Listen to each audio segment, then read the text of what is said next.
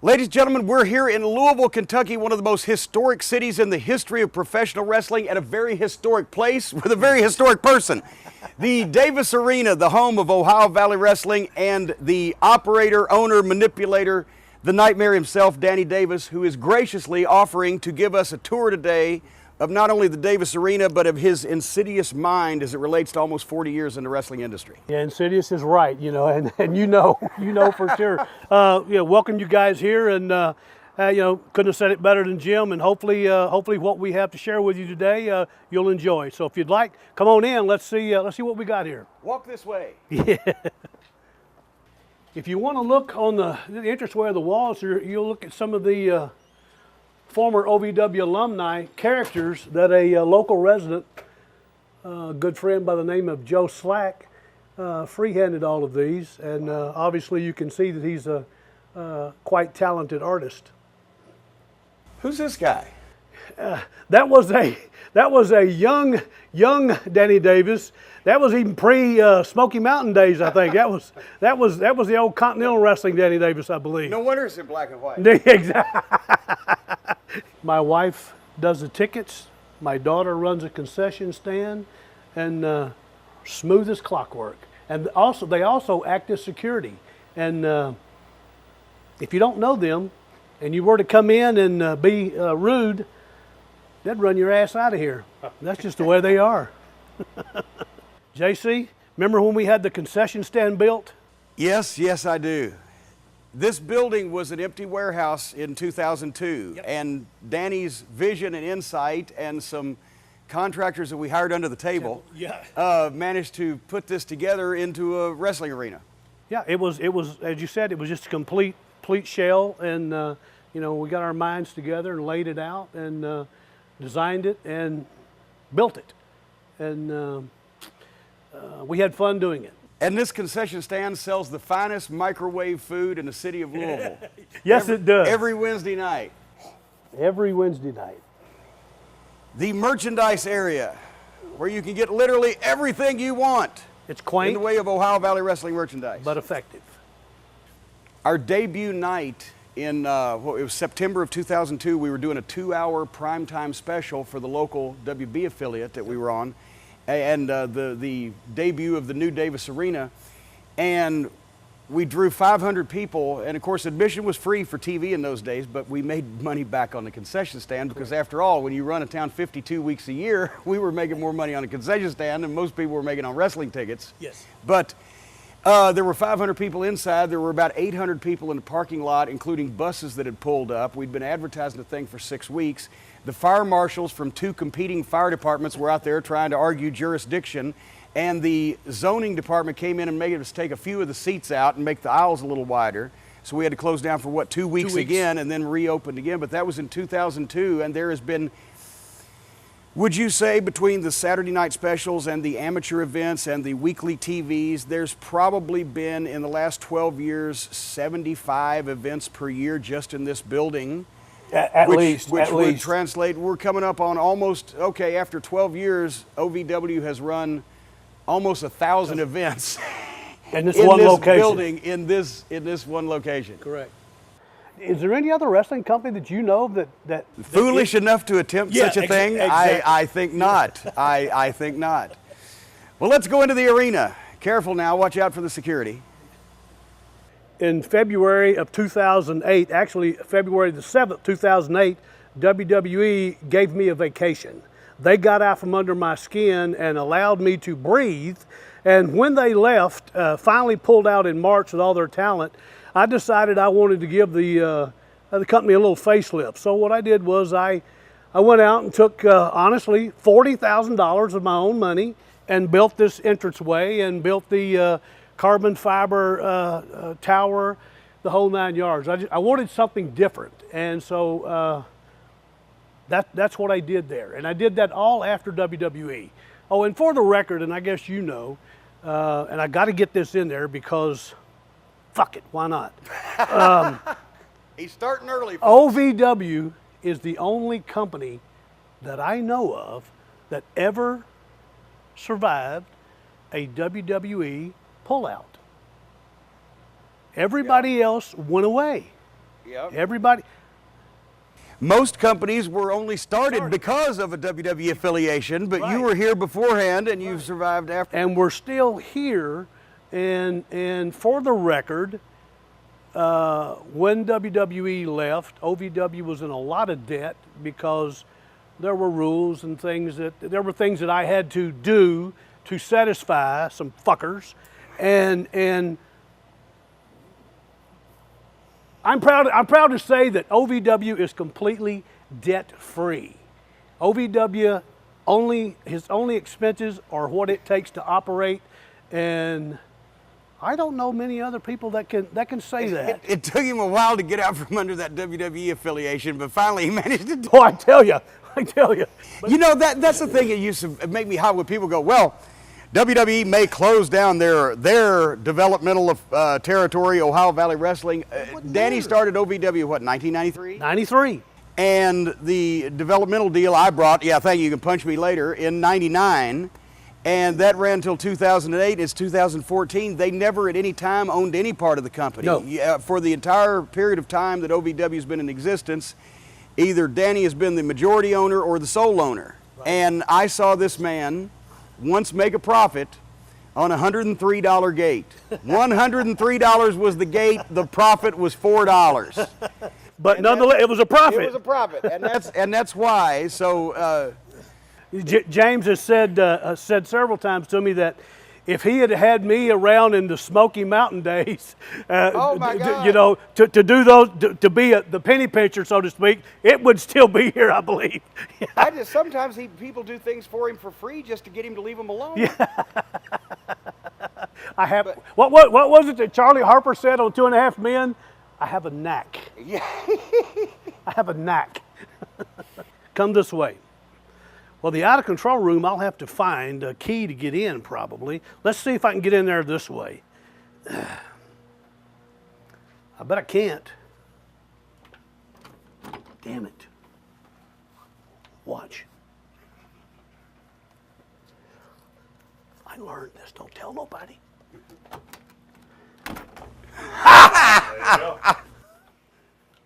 Ladies and gentlemen, the cat burglar himself, Danny Davis. All the magic happens. This is where the magic happens, and it's kind of in a little disarray, but it is what it is. We have a 4-camera shoot, actually set up to do an 8-camera shoot, live switching, you know. Plus, we capture everything digitally now, where I remember the good old analog days, and I miss those days. And matter of fact, before I die, I want to do another TV show analog with JC just to say, fuck the world, we can do it. We can do it. In 1999, he had taken some prosumer super VHS, like an industrial, like you would get for a school audiovisual lab, super VHS machines, and set them up with a rudimentary switcher and fed them into a very primitive audio board, and we would master the TV show on super VHS. And he would roll, it was live to tape, he would roll tape, and reading off the format that I wrote while I was out at the desk doing the announcing, Danny would sit here, switch the cameras, keep the time on a stopwatch, play the music, fade it up and down, control the audio, and then when we went to break, he would fade to black and count exactly 2 minutes of black, then come back up. If we pitched to a VTR, he would leave exactly 36 seconds of black, so that we could do an insert edit after the program that was over, the taping was over with. And by the time that we got finished, and because the guys learned to hit their time cues, because it was of most importance, because if you didn't get to finish in by the time we went off the air, we went off the fucking air. Yes. And then Daddy would drop the VTRs and the commercial spots in by... The insert edit was not supposed to be done for professional television on these machines, and once you hit the button, it took exactly 2 seconds before it would start making the edit. Yes. So Danny would sit there, and as the tape was rolling, he would watch the counter on the VHS machine he was editing from, and when it was 2 seconds before the spot where he'd hit the button, then we'd take the finished Super VHS, dub it over to 3/4 inch to give it to the TV stations so they thought we knew what the fuck we were doing. Yep. And that's the way we did the program for 3 years until we moved in here, and never had an issue. It was we always. Always.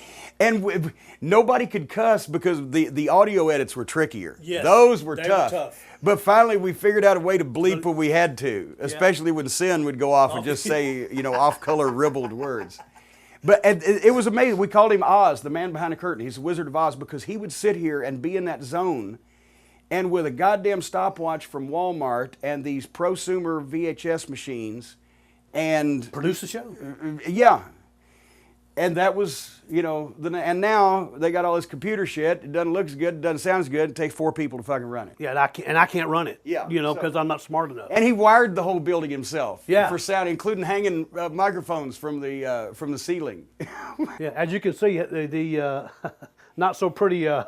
That's crowd audio. That's all kinds of stuff. Anyway. Let's go through this way. Any talent, by the way, caught spitting in the ring will be sent home and asked not to return. This is where we would always put up and here are the TV format from last night. Yep. But also I used to pin up notes to the talent, suggesting that they not do things or suggesting that they do things and suggesting that their lives depended on whether they did or not did those things. Absolutely. And they always followed his suggestions. This is just some of the alumni.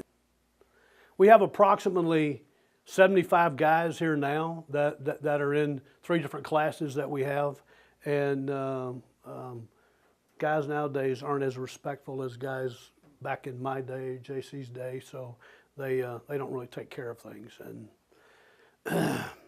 and I found out that when you yell at them, the fuckers cry. It just breaks my heart. And at the same time, nobody's tough anymore. Some of these WWE superstars actually built parts of this building, whether it be the shelves upstairs or whether it be some of the railings or whatever. Some of these guys actually built part of the building, and now these fucking asswipes that want to get into business can't even take care of the goddamn locker room and the chairs. See, there's a difference. There's a difference in dedication. It's a complete different respect, complete different respect. And this is just sort of a holding room. The modern wrestlers decide they like to do these multi-phase backstage spots where people run into each other all the time and show that instead of entertaining the people that come out to see the wrestling. We used to be able to convince people that this was 2 different rooms, because the heels would be over here and the babyface would be in the locker room or vice versa. And now, now they've shown on TV it's all connected because they have people walking into each other. Yeah. But it's very simple, actually. And I might as well go ahead and say this now while we're standing here in the locker room instead of out there. This is what my vision, as you know, for Ring of Honor in Baltimore was originally, and the original proposal of Sinclair. Yeah. Obviously on a bigger scale because they were feeding more TV stations, more programming, etc. But have a warehouse in Baltimore that you can customize to seat 750 people. And have your merchandise storage and your ring equipment storage and your merchandise fulfillment from the website and your wrestling school and your editing facilities and your office under one roof in a place that you can charge admission, that's got plenty of parking, that's zoned for public admission, that you can run not only your television tapings anytime you want, but also you can have your television equipment. The lights are hung. All they need to do is flip a switch. The cables are run. All they need to do is pull a truck up to the back door if they even need a truck, because they could possibly have a control room, et cetera, et cetera. And that way you might spend more money at the start, but you're more cost efficient over the long run, such as 12 years. Exactly. And Danny Davis from Jackson, Tennessee figured that out, and Sinclair Broadcasting is worth $1 billion on paper. Couldn't grasp that fucking basic concept. So I think that's one of the things that they ROH sorely missed on. Just stupidity. Well, the thing is, then you're at the mercy of other buildings, other schedules. You spend more money every time you shoot to dress the place, and there's the teardown costs and setup costs of the crews, and et cetera, et cetera. And no wrestling school to pay the rent, and no student shows to give those guys experience and bring another source of revenue in. And a lot of factors come into play when you have your own facility. When you change the original plan, sometimes the place that you get at the end of that plan changes too. Yes. So nevertheless, you remember when Vince came here for when we were still doing business with WWE. or Elf or whatever, Vince came here. He fell in love with the place and said that any future facility he wanted to model after this one. Yeah. And they tried a couple of them, and I guess they didn't work. And then I guess Hunter took it out of the Triple H, took it out of the warehouse atmosphere and developed the Performance Center, which, from what I've seen, is an absolute beautiful place. But my God, the expense of that place has got to be astronomical. I was about to say, I don't remember them backing the Brinks truck up down here to, Now remember, OVW had to pay for everything it got. They didn't really give us anything. Oh yeah, there was an advance. Oh, here we'll advance you to get in the new building. Yeah, and pay us back. Yeah, So, which you did. Which I did. It's an absolute mess. Just so you know, because this is where the majority of the talent hang out, and again, they have no respect, none whatsoever. It doesn't look like it used to. So James, this will be a shock to you. Oh boy. Well, see, also here's the thing. At one point, on those shelves, there were 125 VCRs. Yep. That were all hooked up to a slave to duplicate the tapes because we had quite a thriving.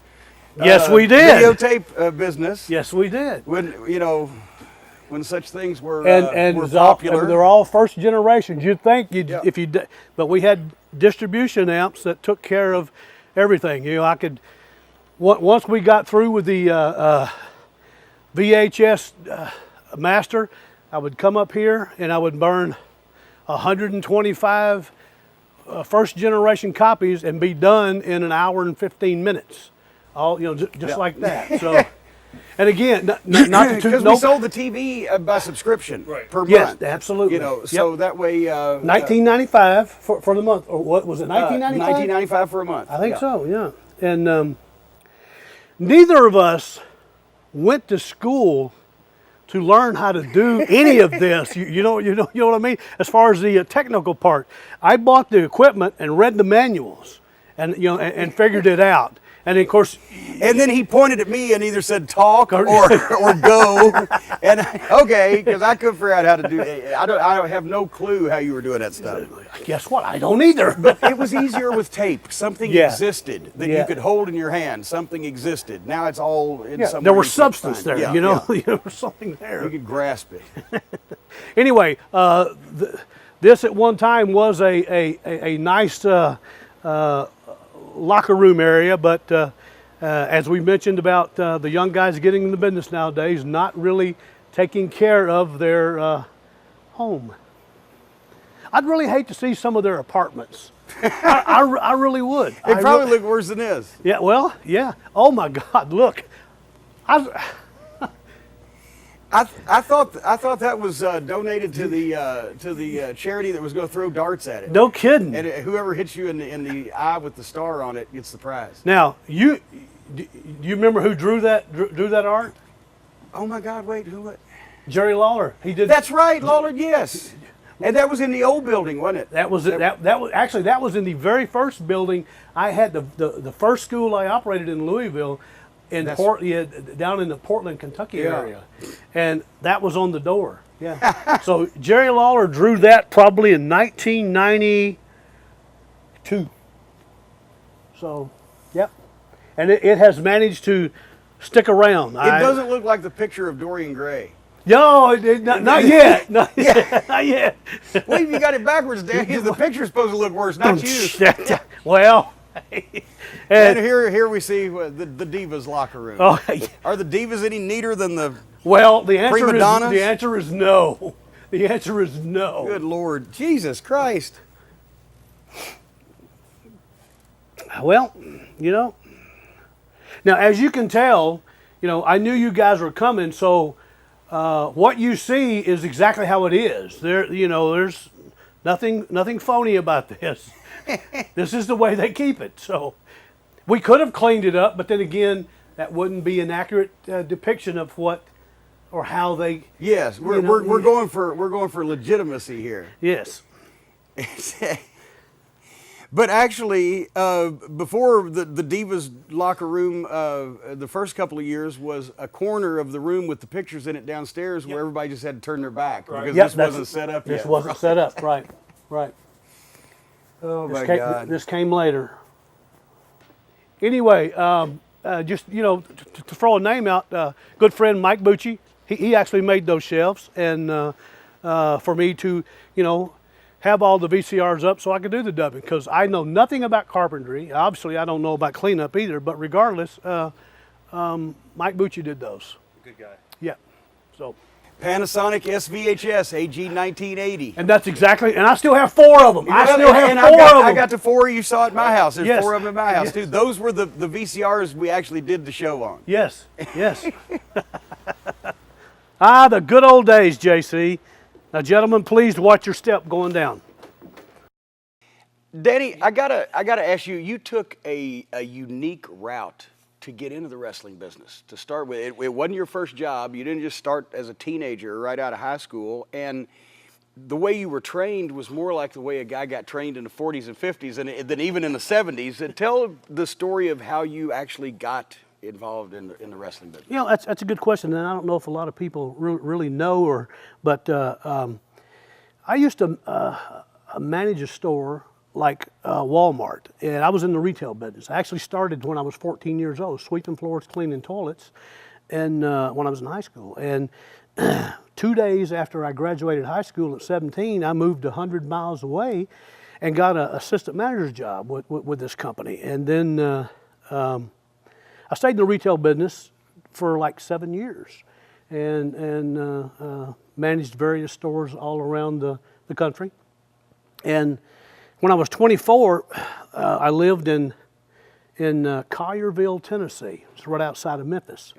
And I always loved wrestling. Watched it, you know. I grew up in a little town called Bemis, Tennessee, which is a little suburb of Jackson, Tennessee, and I always watched Memphis wrestling on WBBJ TV there in Jackson. Channel 7. Yeah, it used to come on Thursday nights, I believe. Well, it might have been Saturday nights too, but I always liked wrestling, and I always thought to myself, man, I could do that.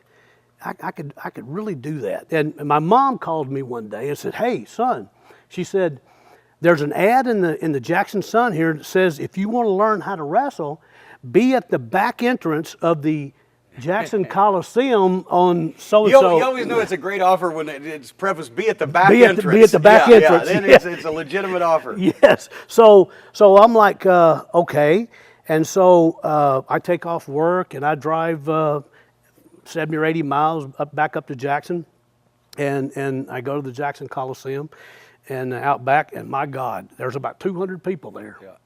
I'm like, holy crap! And you know, because this didn't happen in those days. There was no way. There was no wrestling schools per se open to the public. There was no way to learn to be a professional wrestler or break into wrestling, except every once in a while, when one of the offices, somebody connected with it, would put one of those ads in, so people would flock to it. Right? Yeah, would flock to that. They just flocked to it because back in those the flockers, dirty flockers. You know, back in the kayfabe days, it was such a a tight industry that if you didn't know someone, you didn't get in. So I showed up at the back of the Jackson Coliseum, and there was a couple of hundred people, and I was like, fuck, there's no way, I'm gonna get an opportunity here, because number one, I'm not a giant. I'm a small guy, and I was stocky, and I remember seeing this young guy and this older guy come out, and the older guy was looking around and he was going, okay, I want you, and I was like the third one he picked. Now I was up close and I was like, okay. Anyway, I recognized the old guy as it was Buddy Fuller. And so who was a legend around that area. Yeah. And so, but I didn't know the younger guy. Well, come to find out, it was Terry Sawyer. Terry Sawyer. Yeah, Terry Sawyer, who was an excellent amateur athlete. And he was in the Olympics, and I don't know I can't remember what year it was, but he was in the Olympics. He was a heck of an amateur. He was a heck of an amateur. Incredible shape, too. At the time, yes, absolutely. So anyway, they choose like 5 or 6 of us. They bring us in the back, and they take us to a room where obviously there's no one else there because kayfabe, and which I miss kayfabe, you fuckers, and they had a talk with us, and Buddy was telling us about opening a wrestling school, and of course I'm just in awe because I love the sport and always thought I could do it, but had no clue as to how you could get to it. Right. So he's feeding me with a bunch of shit and this, that, and the other, but at the time I didn't know that. And so he was like, well, I live in Bolivar, Tennessee, which was 30 miles south of Jackson. And so he says, I'm going to open up a wrestling school, and what we're going to do to get you in shape is, I got a farm up there, it's got about 1,000 acres. He said, we're going to have you to do some farm work, this, that, and the other, to get you in shape. Well, my dumb ass didn't know any different, hell, I wanted to be a wrestler. I wanted to actually do this. So keep in mind, I had a wife and 3 kids at the time. Had a good job. I was probably making, in 1970, late 75, 76, I was making 40 grand a year. That wasn't bad. In those days, Yeah. I'd take it now. Yeah. But I had a really good job, and when he opened up this wrestling school, it was late October or November of 76, I believe.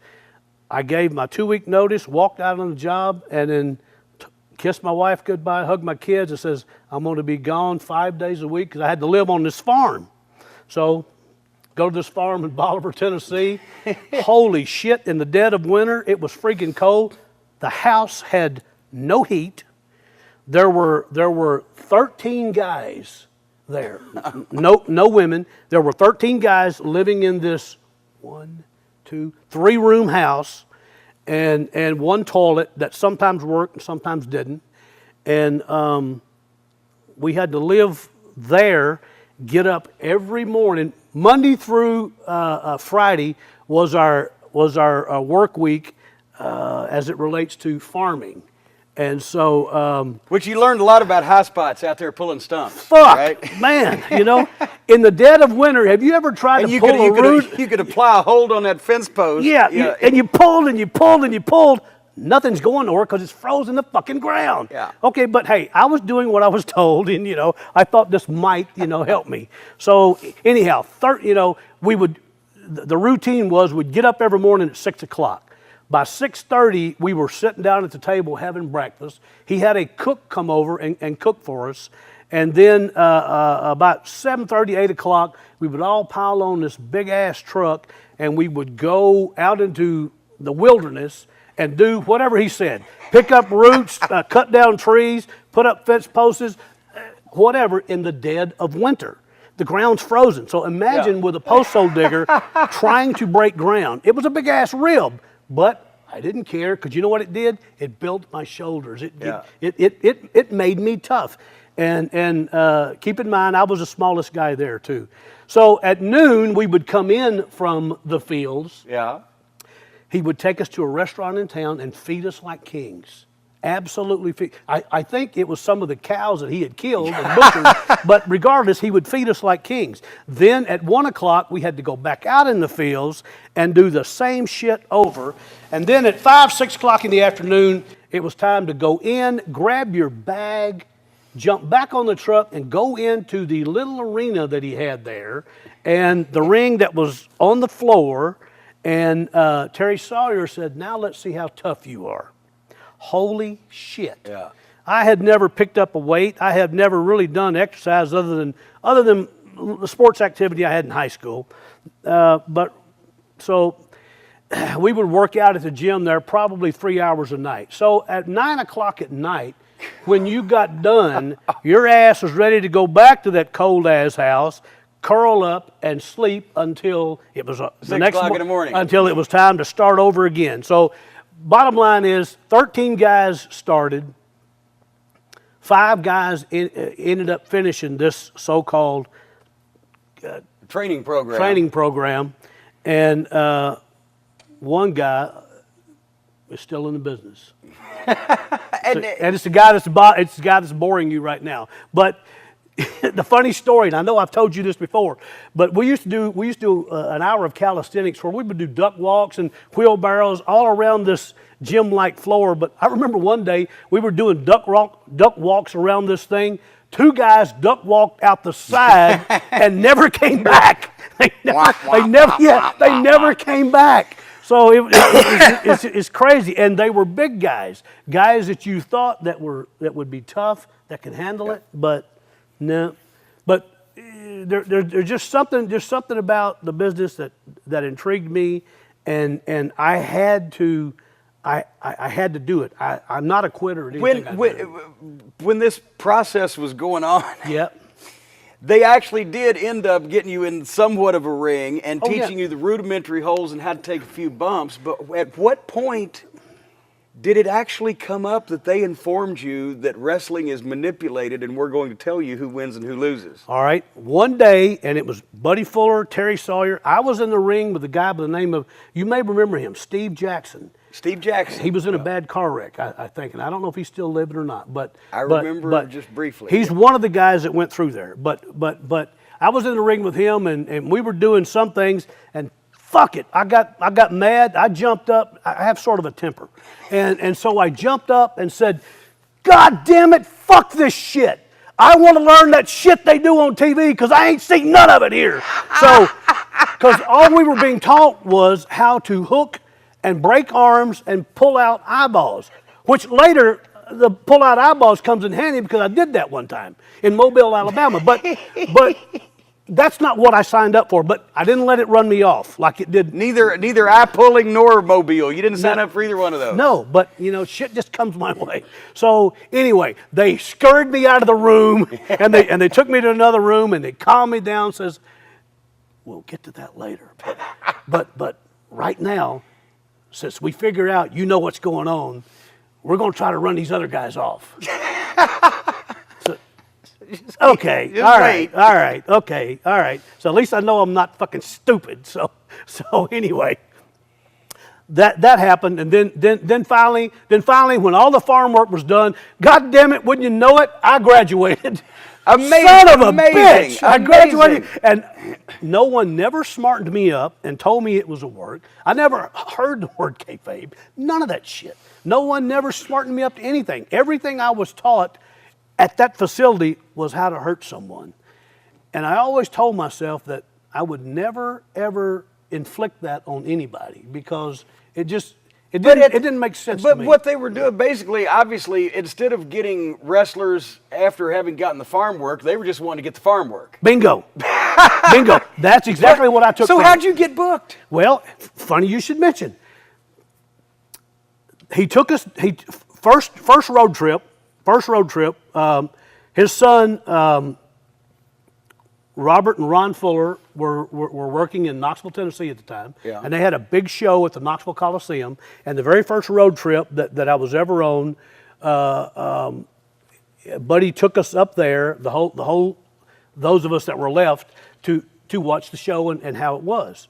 And so didn't get to work or anything because number one, didn't know how to work, and was like a crowbar in the ring. So nobody was going to get in the ring with me, and we watched the show, and then we came back. But during that time, somewhere I had met Jerry Lawler and Bill Dundee, and I cannot remember. It could be because of a chair shot, or it could be because I'm just old.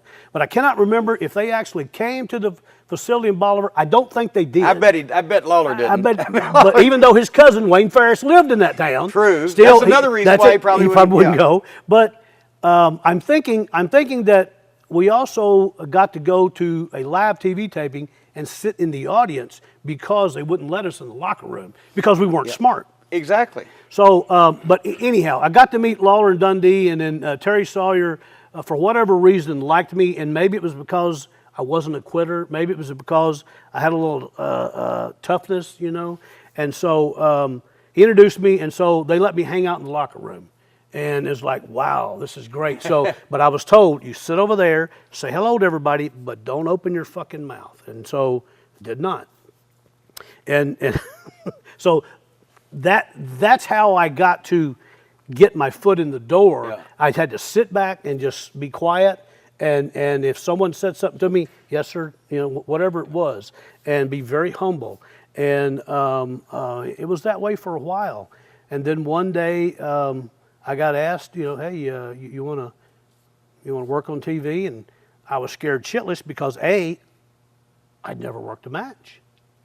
Didn't know shit. The only thing I knew was, how to tie somebody up and make them go, And so I knew that I wasn't supposed to do that, but they didn't know I knew I wasn't supposed to do that. So when, the format, if I remember correctly, the very first format that had my name on it, it had a bunch of scratched out lines over there where whoever was supposed to wrestle me declined. Yeah. Declined. Declined. No, we don't want no. It's like, because here's this guy who could hurt me, because he has no idea what he's doing. Who has no idea what he's doing. So, Buddy Fuller's fucking cranked him up out there on the farm, and yes, now we're gonna put him on TV. Absolutely. So that's. But I I remember when you started, you were working underneath matches and TV. Sometimes I remember seeing you. You kind of looked like you knew what you were imitating what you had seen on television. That's exactly right. I loved the business so much that I was a student of the game. I paid attention. I watched. Jerry Lawler was the main reason I wanted to get into business. Lawler and Dundee, because I loved Lawler's persona as a heel. Cocky fucker, but man, he just knew what he was doing. Whatever he espoused and he oozed, I drew from that because it's something that I wanted to do. And so I watched him, and I watched a couple other guys, and then just said, well, I can do that. But at the same time, we talk about not getting smartened up and don't. Yeah. The thing is, in those days, you knew something was going on, but you had no idea what, no idea who was orchestrated, no idea how it was done. There was no place to go to get that information. Absolutely. And so people are like, now, you weren't smart. What are you talking about? No, sometimes guys' wives weren't smart. No, exactly. They didn't know exactly what was going on. They thought, my husband's involved in something fucking weird, but they didn't know. My wife wasn't smart because, for a long time, first year and a half, I wasn't smart. I didn't know. I knew something was not right. And then also sometimes if you took that chance of smarting somebody up, well, then the girl will tell the next door neighbor, and then they'll tell the kids will hear it, and then they'll go to school, and pretty soon you get fired because your family exposed to business. Absolutely. So, but you started working in underneath, and that was probably about a year or so. Really, you did that and got a chance to get some experience. But your first break didn't come as a wrestler; it came as a manager. Out of the blue. And we talked a little bit about in the video we shot yesterday about Robert Fuller was booking Memphis and had the Knoxville crew in, and shit was going south. And poor Robert and those guys, it just wasn't working. Right. And Jerry Jarrett decided to make a change and replace him as booker. And when he did, on 2 days' notice, he took all his guys back to Knoxville. And from Wednesday to Saturday morning, Jerry Jarrett had to rebuild the territory with almost no top stars besides Lawler and Dundee. He made his own stars. Exactly. And Wayne Ferris, Larry Latham, I talked to Wayne on my podcast, and he mentioned that they had just teamed up as an underneath team in Florida and had worked a couple of matches, and they were headed back up this way, and all of a sudden Jerry said, hurry up, I need you now. Right. And they shot the concession stand brawl in Tupelo. Yep. And that was the main event program that he was going to revitalize business with, but Wayne and Larry didn't have a manager, and at that time, obviously, Larry never made his money with promos. Wayne was not the promo he would become later, but it was also a tradition in Tennessee that the top heel team usually always had a manager. Absolutely. But where did you come from? How did they just say, Daddy Davis should manage the Blonde Bombers? Here's the deal. For a year or longer, every Saturday morning, I would be at the TV station, ready to work, and just do anything. And I put guys over for a year or longer, every Saturday. And at the end of the day, and at the end of that year, I had more heat in the territory than anybody because of the way I did it. It was just the way I did it, the tantrums I threw and whatever, just the nuisance I became. You had the body language and the shit that when shit was getting under your skin, everybody could see it, and they liked that. Or when you were being mean, everybody could see you were enjoying it, and they hated that. So to back up, when Robert Fuller was still there, and I was working sparingly around the territory, I got to the point where I went to Eddie Marlin, who I said, you know, I'm gonna have to give it up. I can't do it because I have a wife and 3 kids and a mortgage, and I've exhausted my savings. So therefore, I got to do something to take care of my family. He goes, I can't tell you what's going to happen right now. He said, but please don't go nowhere because we've got something for you. And I think Jared and him had already talked. They knew they wanted me to be something there because they knew I had heat, but he couldn't tell me what it was. So I stuck around, and then when Larry and them came in, then you know they wanted to put somebody who already had built-in heat, so to speak, with Larry and them, and then and I wasn't a good promo guy at all, you know, because I wanted to wrestle. My thing was in the ring, you know, and so but hey. Jarrett called me one day when he come up with the Sergeant Davis deal. He goes, true story. He goes, Danny, Jarrett, do you have any money? And I said, well, I got a little. How much do you need? You know, he goes, no. He goes, I want you to go to an Army surplus store, and he said, I want you to buy the gimmick. I want you to buy, you know, a helmet and you know and an Army suit. He says, would you be interested in managing some guys? I said, well, hell yeah, I'll do it, you know. But hell, when he said, you got any money? I thought he needed the money. Yeah, well, hell, I didn't know. Anything I could do to help. Anything I could do to help, you know. And so he put you with the Blonde Bombers, and all of a sudden you guys are working the main event program against Lawler and Dundee as a team, but then Jarrett involved himself in it. And y'all stripped him naked, and then he involved Jackie Fargo, and this was the way he revitalized, going from literally this plethora of talent that Robert had, but it wasn't drawn, it wasn't clicking, to like 12 guys in the territory, including Tommy and Eddie Gilbert, Buddy and Ken Wayne, Pete Austin from Boston, you know, and like several others, and that program, but by bringing in Fargo, then by bringing in Roughhouse. One of the greatest matches I ever saw live was in Memphis in July of '79 with you and Wayne and Larry against Jackie and Roughhouse Fargo. Especially when they broke the table and had that in the ring, and Roughhouse was freaking out. This was hardcore before hardcore even became. Oh yeah, it was the Fargos. It was a Fargo match, right? It was. You know, we told Jonathan Boyd the first time when he came in, and he was going to work with Roughhouse and the Fabs in Nashville. He said, "Who is this Roughhouse?" I can't do the accent, but who is this Roughhouse Fargo? And what is he? I said, "Well, he's going to pull you underneath the ring. He's going to try to take your boot off and pour a drink in it, and slap you in the face with it. And he's going to go out in the crowd and grab a hot dog and blah blah blah. And then he's going to break a table and fucking wrap it around your head. Whatever." He's like, "Okay, mate, if you didn't want to tell me, you should have just told me." Right? He didn't believe it. He came back and said he did everything you said. Anyway, Roughhouse was so over. But you guys, Jarrett involved, Lawler involved, the Fargos involved. He tripled the gates in every town in the territory with in like unknown 3 weeks, talent, with unknown guys that had never been featured before, and brought in the legends to get him over, which was smart, and it built his underneath over the summertime around that. So by the fall, he had another full-time crew and everybody he needed, and business was back on the right track again. Right. But you guys were made, and from that point, when the Freebirds came in, you guys were still on top over because you were more, Wayne and Larry were more dependable. Bingo. And Michael was still Michael at that time. And then, as a matter of fact, you got a chance to work a heck of a program with the Gibson brothers before it was Ricky Morton and Robert Gibson, which led to the... Thank God I had the steel helmet on, buddy. The second Tupelo concession stand brawl. Yes. And, of course, every time you do something for the second time, it has to be better than the first time. A year later, after the first one, just so people know, Ricky and Robert Gibson in Tupelo with Wayne Ferris and Larry Latham and Sergeant Daddy Davis. And it was a better brawl. It wasn't remembered as much because it wasn't the first one, but it was a better fight. But yeah, it was a much better fight. Yeah. But the funny thing was during the match, I had taken and handcuffed Robert Gibson to the ring. Yeah. And we had Ricky, you know, back there, and we're back there. 3 of us were on fucking Ricky, and then all of a sudden, Robert comes up through here, and I meet him, and I go, "What the fuck are you doing here?" Bam! And I deck him. A fan had went out to their car and got bolt cutters and cut the fucking handcuffs off of him. That's how much they believed. They weren't in on the finish meeting. Exactly. They didn't understand. No, not yet. You're jumping the queue. That's what's missing, you know, from today. And you guys, you tore the place up, and the blood and the juice and the mustard and everything, and then, but you had beaten Ricky up. So this is where I was going with the story. Yeah.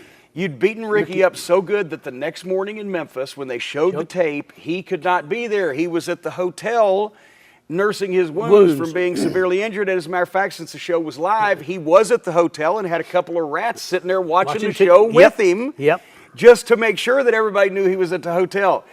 You guys come out, and I can't remember how you got into it, but you got into it with Hoot again and laid into Hoot.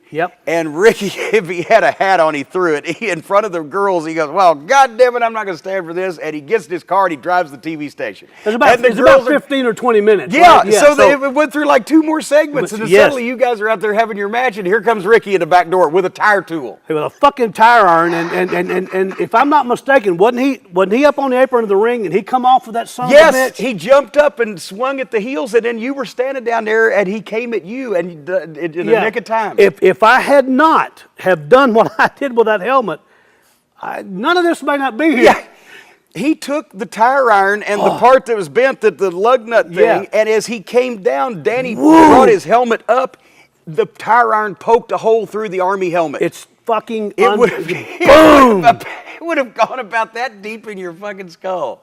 If you hadn't tilted that head up or that helmet up like that. Could have changed the course of the wrestling forever. Of wrestling history. John Cena would never have been trained. Yeah, exactly. So, but that shows the attention to detail that because he knew that those 2 or 3 girls were going to tell every fan in town.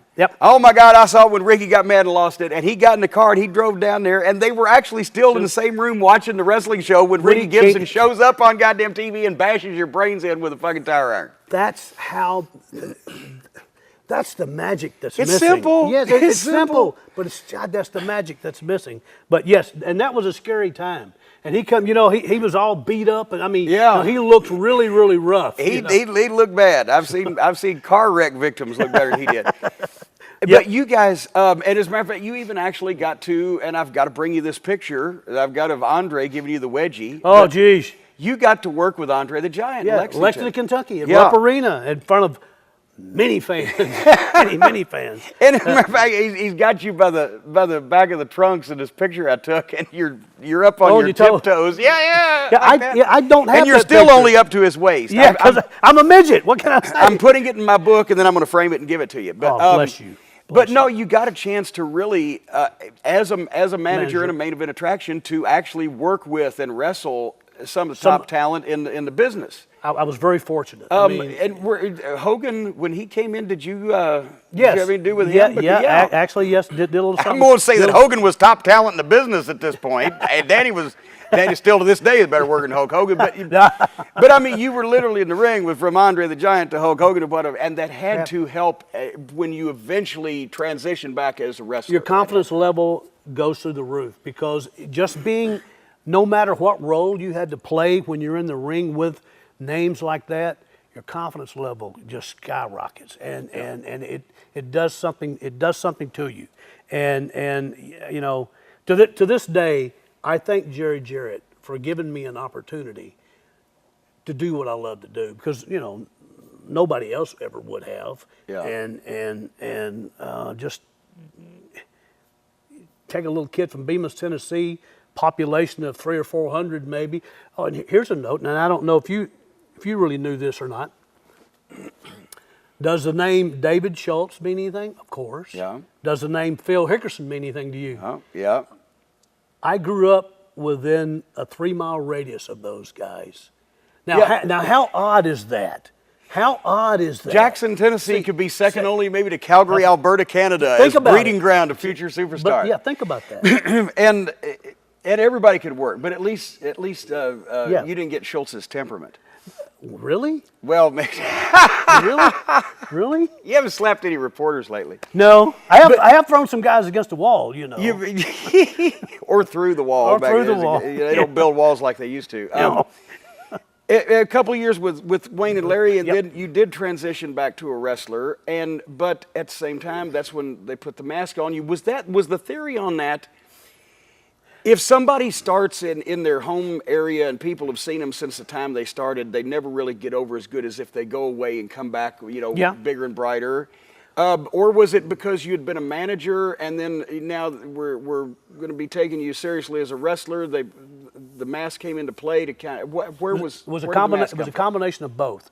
But okay, second phone call, Jared Jarrett. Hey, Danny, Jared Jarrett. He didn't ask for money this Got a time. mask? Yeah. He's like, Why am I ugly? He's like, and I don't know if I'd been on hiatus or whatever at the time. I don't know if I'd been to Calgary and back. I can't remember. But he called me and said, I'd like to have you come back. I want to put you with a guy here, but we'd like for you to wear a mask. And I think it was because of the fact that I was a manager, you Right. know, and you know, I was. Who says you don't draw flies? Exactly. What in the world? And the fact that I was kind of a hometown guy. But he's like, well, I want you to work with a program with Bill Dundee and the Dream Machine. And I said, oh, wait, the Dream Machine. What's the opposite of a dream?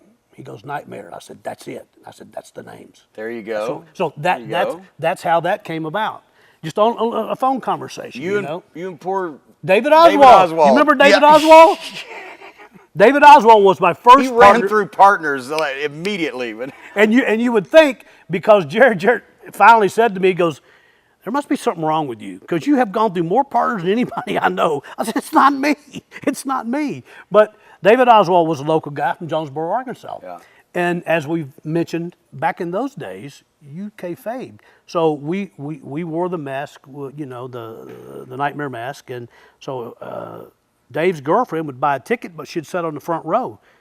And you know, when we were wrestling, she would be going, go, David, go, go. Oh, and fuck, back in those days, you don't do that. and plus she's cheering for a heel, so He's she'd cheering be for- one oh, person out of yeah, 5,000. and everybody's looking at her, and Eddie Marlin, who was co-owner, I guess, of the territory, Jerry Jarrett's father-in-law, whatever, didn't like that. So I had a talk with him and said, hey, leave the girl at home. Leave the girl, you know, because she kept calling out his name. Well, that didn't work, so David went away. David went away. Then we found Ted Allen, you know, from Rome, Georgia. Yeah. And Ted was a good technical wrestler in the ring, you know, and did real well with Ted. But Ted had a problem because Bill Dundee cut a promo on him and says, because this was after we did the mask thing.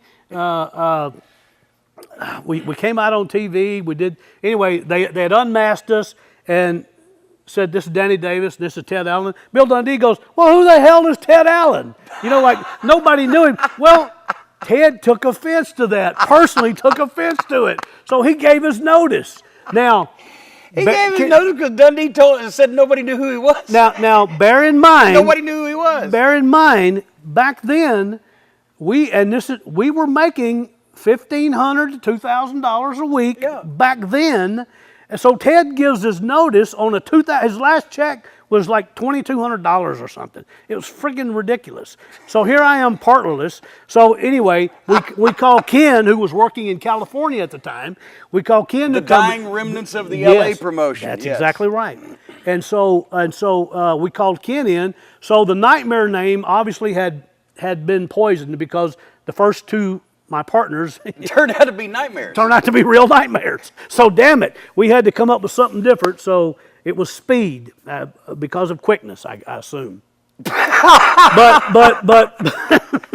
we'll leave it at that. So Ken was a speedy individual. oh running yes he around the was. ring. Yes he was. So then Ted Allen goes, well, I've changed my mind. I want to stay. Well, there was no room for you now. Yeah. You'd already given your notice, so boom, he had to go away, and you know he kept the Nightmare name around Rome, Georgia, and whatnot, which was fine. But Ken and I went on to do Nightmare and Speed, and then finally. That was right at the. I guess David Oswald was just, or no, it was. The point I'm going to is that big 8-man program. Those great matches, because you started out, you guys worked with Dundee and Dream Machine, but I used to give the video of this angle to the guys at OVW at wrestling school to study on how to do a staggered run-in, and the timing was perfect because it was Wayne Ferris and Kevin Sullivan against Bill Dundee and the Dream Machine in a tag match with Jimmy Hart managing the heels. First family. And then suddenly, as the heels get disqualified and start working over the baby faces, then one of you guys came. It was either you or Ted or whoever. Then Dutch came. Then the other nightmare came. Then Lawler came. There's 8 guys plus the manager fighting in the Louisville Gardens. Lance is calling it. It's a 2-ring battle royal night, so they're fighting in 2 rings. Then they spill out. They go up into the arena. Yep. Lawler takes his bump down 30 flights of stairs backwards. They're carrying fans out. The cops are literally carrying them out. Yep. It's on the tape. One had a full Nelson on one, and the other guy at his feet. They're carrying the fans out as fast as they can try to attack. The brawl all over the arena. Wow. And you guys did 8-man tag matches for weeks all around the territory. Several weeks. Well, and they drew. Yeah, because they did great. Yeah. And they weren't like train wrecks you might see today. Everything kind of had a reason. And working with those guys, you know, I felt blessed because to get in the ring with Lawler, to get in the ring with Dundee, even though Dundee broke my nose more times than anybody ever. I don't know how many times Dundee broke it, but my nose has been broken 18 times. So, and it's crooked as... Well, I can't see a thing wrong. Yeah. It'll look around the corner at you. But I never got it fixed because it's part of who I am, along with the cauliflower dinner. But anyway, those 8-man tags did great business, and it was an honor to be in the ring with those guys, and you know, because I was still green and learning, you know. Yeah. I tried not to let it show, but fuck, it was overwhelming. The only part in that angle I could tell you were green, it was when one of the baby faces nails you, and you take a bump over the top rope out to the floor, but then nobody come to get you. Yeah. So you got back in, and the babyface nails you again. You take another bump over the top rope. That's it. Yep. Now, if it had been a couple years later, you'd only taken the one bump. The one bump. But one bump. You did those 8-mans, and that's when I believe, right at the time, Ken came in, and Nightmare and Speed worked again with the Gibson brothers. Yep. And all the top teams. But then, I believe before the Galaxians, you guys had been in the territory, and then you went somewhere, and then when you came back, it was the Galaxians. Where did you go in there? Was that one of the times you went to Calgary? Yes. How did that was actually the first time that Ken and I went to Calgary. I remember we left Memphis, Tennessee in June, in shorts, and we got to fucking Calgary, and it was fucking snowing in June. We had shorts on, you know. But how did the 2 Tennessee boys all of a sudden get booked in Stampede Wrestling? Because that seems like, I know Wayne did well out there, honky tonk, but that wasn't a pipeline for quite a while from Tennessee to Calgary. Actually, Ken made that connection with someone he knew, and I don't know who that someone was, but he talked to who he said was Stu Hart, but it could have been Stu's daughter, or it could have been any one of his kids, because they all sounded the same. And so, when he talked to Stu, what did Stu say? The Tennessee Studs. I've seen your act. We'd like for you to bring it up here and see if we can do some business with it. And so we brought the Tennessee Studs up there, and holy shit, was that an eye opener? Because this was at a time when Davey Boy Smith weighed 175 pounds. Yeah. This was at a time when Dynamite Kid weighed 175 pounds. Yeah. This was at a time when Bret Hart was just, you know, that was pretty much his second, third year in the business. Bingo, yeah. That's right. And so, you know, it was Duke Myers. Remember Duke Myers? Duke, yeah. Biggest head in the business. The world's largest head. Yeah. His head was offensively big. Yeah. But I slept on the floor at his apartment, and Ken slept on the couch, and with Duke, his wife, and 2 sons, and a big-ass fucking bull mastiff. I remember that dog, because when I managed, I'd meet him. His wife was like 4'6", and the dog was like 5'8". Huge fucker. I would drop him off when we come back from a town at exit 198 down there or whatever, right? Yes, below Nashville. And she'd be sitting at the Waffle House there. She'd be sitting there waiting for him, and it would look like the car should be on the dog's back rather than the dog inside the car. Duke taught me something just real briefly. This is your video, but my quick story. Duke taught me a very valuable lesson. When I managed him, when in Memphis, we did an angle one day with Jerry Lawler, and I've been managing Duke, and I'd seen all the shit that Duke was doing, and all of a sudden, Lawler comes in, boom, boom, boom, and shoots Duke off, and Duke, with that giant fucking head, and at 6'6" and 260-something pounds or whatever, flies upside down, doesn't grab the middle rope like the pretty one, just flies upside down, hits the turnbuckles upside down with his head, skinned the top of his head on the boom, and bounced backwards out in the middle of the ring and rolled out. And I said, Jesus Christ, did you do that on purpose? He said, yeah, that's my top bump. I said, what do you mean? He said, that's the bump I take when the top guy gives me a bump. He saved it for Lawler. He'd been in the territory 3 months. He had taken that bump because Lawler hadn't touched him yet. Lawler touched him. He took his top bump. He's the first guy I saw to ever do that bump. It sure didn't look like the pretty one that Flair and Michaels and everybody does. But anyway, Dukes look real. We digressed. Yes. But in Calgary, Kenny and I went up. We worked as a team, and we worked with Davey Boy and some other guys that Robbie Stewart or somebody. I really can't remember. But we had some good matches, and then. The original Beef Wellington was there about that time, he was. Yeah. Yes, he was. Not the Beef Wellington who worked here a few years ago, Brad Maddox. Now, for those who know my partner Kenny, and I mean, I love Kenny. We spent a lot of years. He and I were road wives because we spent more time in the cars and together in hotels than any of our wives because we were partners for so many years. But anybody that knows Kenny knows that he can rub you the wrong way. And when you're in a foreign country and you really don't know anybody, you don't want to go out messing with some of these people. So we are in, who knows where we're at, but Regina, Saskatchewan. Medicine Hat. Yeah, someplace like that, yes. And that does exist. So, and Kenny always loved to have his Miller tall boys after his match. Yeah. So we're in the hotel room, and he's like, I'm going to go over here to Dynamite and Davey Boy. No, stay here. Don't stay here. No. Because he'd already had a few in him. Uh-oh. So, and for those who know Dynamite, he's a very short-tempered, ill guy who I think had a big man complex, but regardless, or a little man complex, whatever you want to call it. So Kenny goes over there, and it wasn't but about 10 minutes till he'd come back, and he was real wobbly. I'm like, what the fuck? He goes, fuck, Dynamite cracked me. I'm like, what? He goes, Dynamite cracked me. Oh, fuck. So here we are, the first week in the territory. And by the way, that's a neck adjustment for those of you who are civilians, but in the wrong hands, it can be quite a disturbing. It's one of those. And so I find out later, I get the accurate story from Davey Boy and Dynamite that Ken was saying shit and Dynamite, it was rubbing Dynamite the wrong way. And it was like, Dynamite finally said, you better shut the fuck up, or I'm going to come over there and crack you. Well, Kenny, always had to have the last word. So Kenny says, well, if it'll make you feel like a man, just come over here and do it. Oh, Jesus Christ. Well, no fucking sooner than he got, it'll make you feel like a man, come over and do it, out, bam! Dynamite fucking dropped him. So anyway, that's that story. I had to share that, Kenny.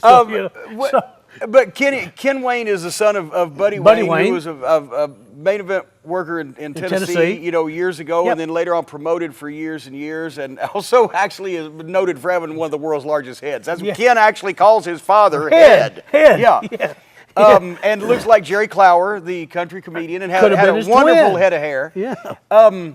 But anyway, you guys are out there. Stampede Wrestling, though, was noted for cutting edge in the ring style because they had such a European influence. Yes. They got Dynamite. Davey at the time was a prodigy, but he wasn't, what he would become. But Dynamite was already one of the best in the world. Absolutely. He was a hell of a worker. Offhand, it would seem like it was easier for you to adapt that than it would have been for Ken. It was a lot easier for me. Yeah. And after the incident at the hotel, after the first week, it was a mission, I think, of Dynamite and Davey Boy to fuck with Ken to the point of where Ken finally left the territory. And I stayed. For whatever reason, they liked me. They liked my work, whatever. I don't know. But there was another reason Ken left, and it was one night in Lethbridge, Alberta, Canada. We had a riot.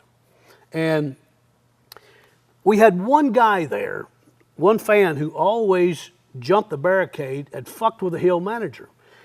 David Schultz was in the territory, and, Oh, and, boy. and for a long time, David Schultz tried to get this guy and never could. The guy was always bink, bink, and he was back over the rail, and nobody could get their hands on him.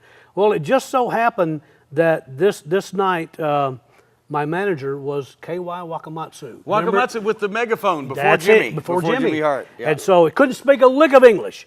But so he's there, and this guy, and I'd just taken a bump out and was right there at the pole, and my eye caught this guy, jumped the fucking rail, and I started. Boom. And then he clipped fucking Wakamatsu, and I clipped the guy. I got him. Bam! Broke his fucking nose. Well, that led to a fucking riot. Here we go. So here we come. I mean, and I fancied myself as kind of salty. And, you know, I was young. In your younger days. In my younger days. Before you mellowed. Before I mellowed. Got the puppy. Yeah, and so here we are, the locker rooms spill out, and we're all fucking fighting.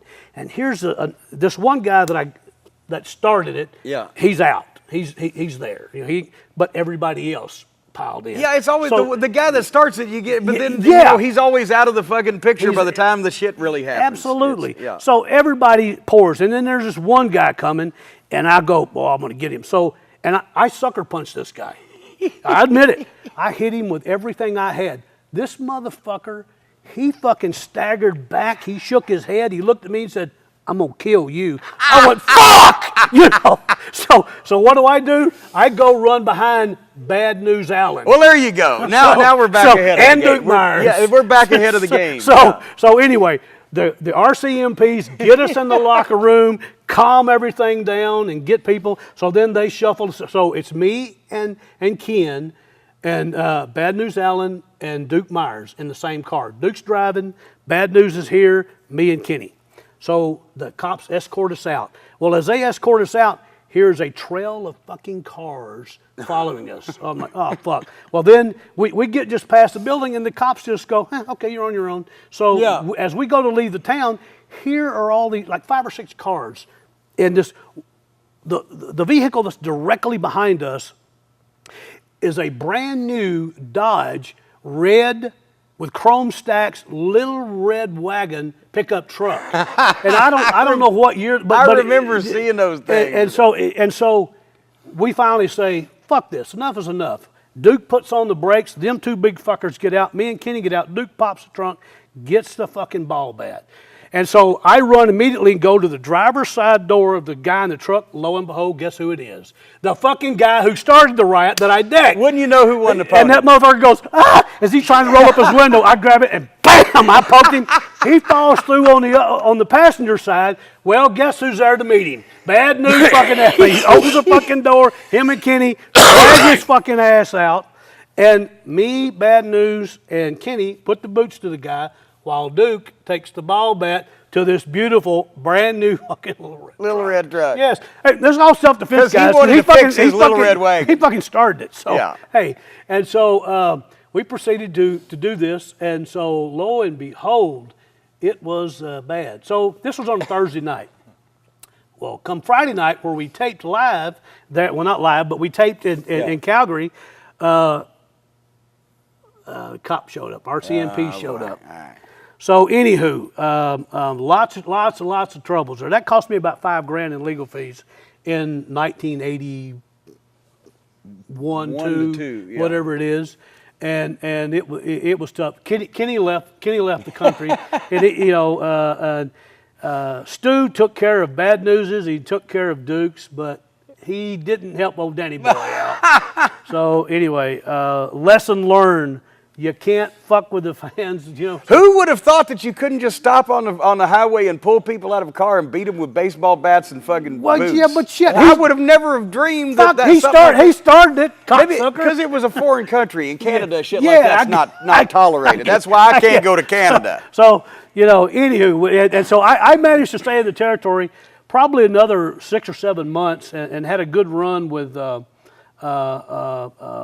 Hart, who was booking the territory, and also I got to team up with, with Dynamite several times. Spent a lot of, I learned a lot from Dynamite. I was about to say, just working with all those guys and with that influence and the harder style that they worked at had to up your game a lot. It really did, and because I was kind of an aggressive guy, and I liked that. And Dynamite was always testing guys. If you were a pussy in any way, shape, form, or fashion, he would eat your ass alive. And he and I never had a cross word because we had a mutual respect for each other, and he used to, and I don't remember ever Dynamite complimenting anybody on their in-ring work very much, but he complimented me on the program I was working with Bruce and how I would sell things that Bruce did to me as a heel, the way I sold it, and maybe he hadn't spent a lot of time and seen a lot of the Southern wrestling, I'm sure he hadn't at that point. No videotape and hadn't been. Absolutely. Yeah. So because at the time he was a big name in Japan, which we can get to that story a little bit later too.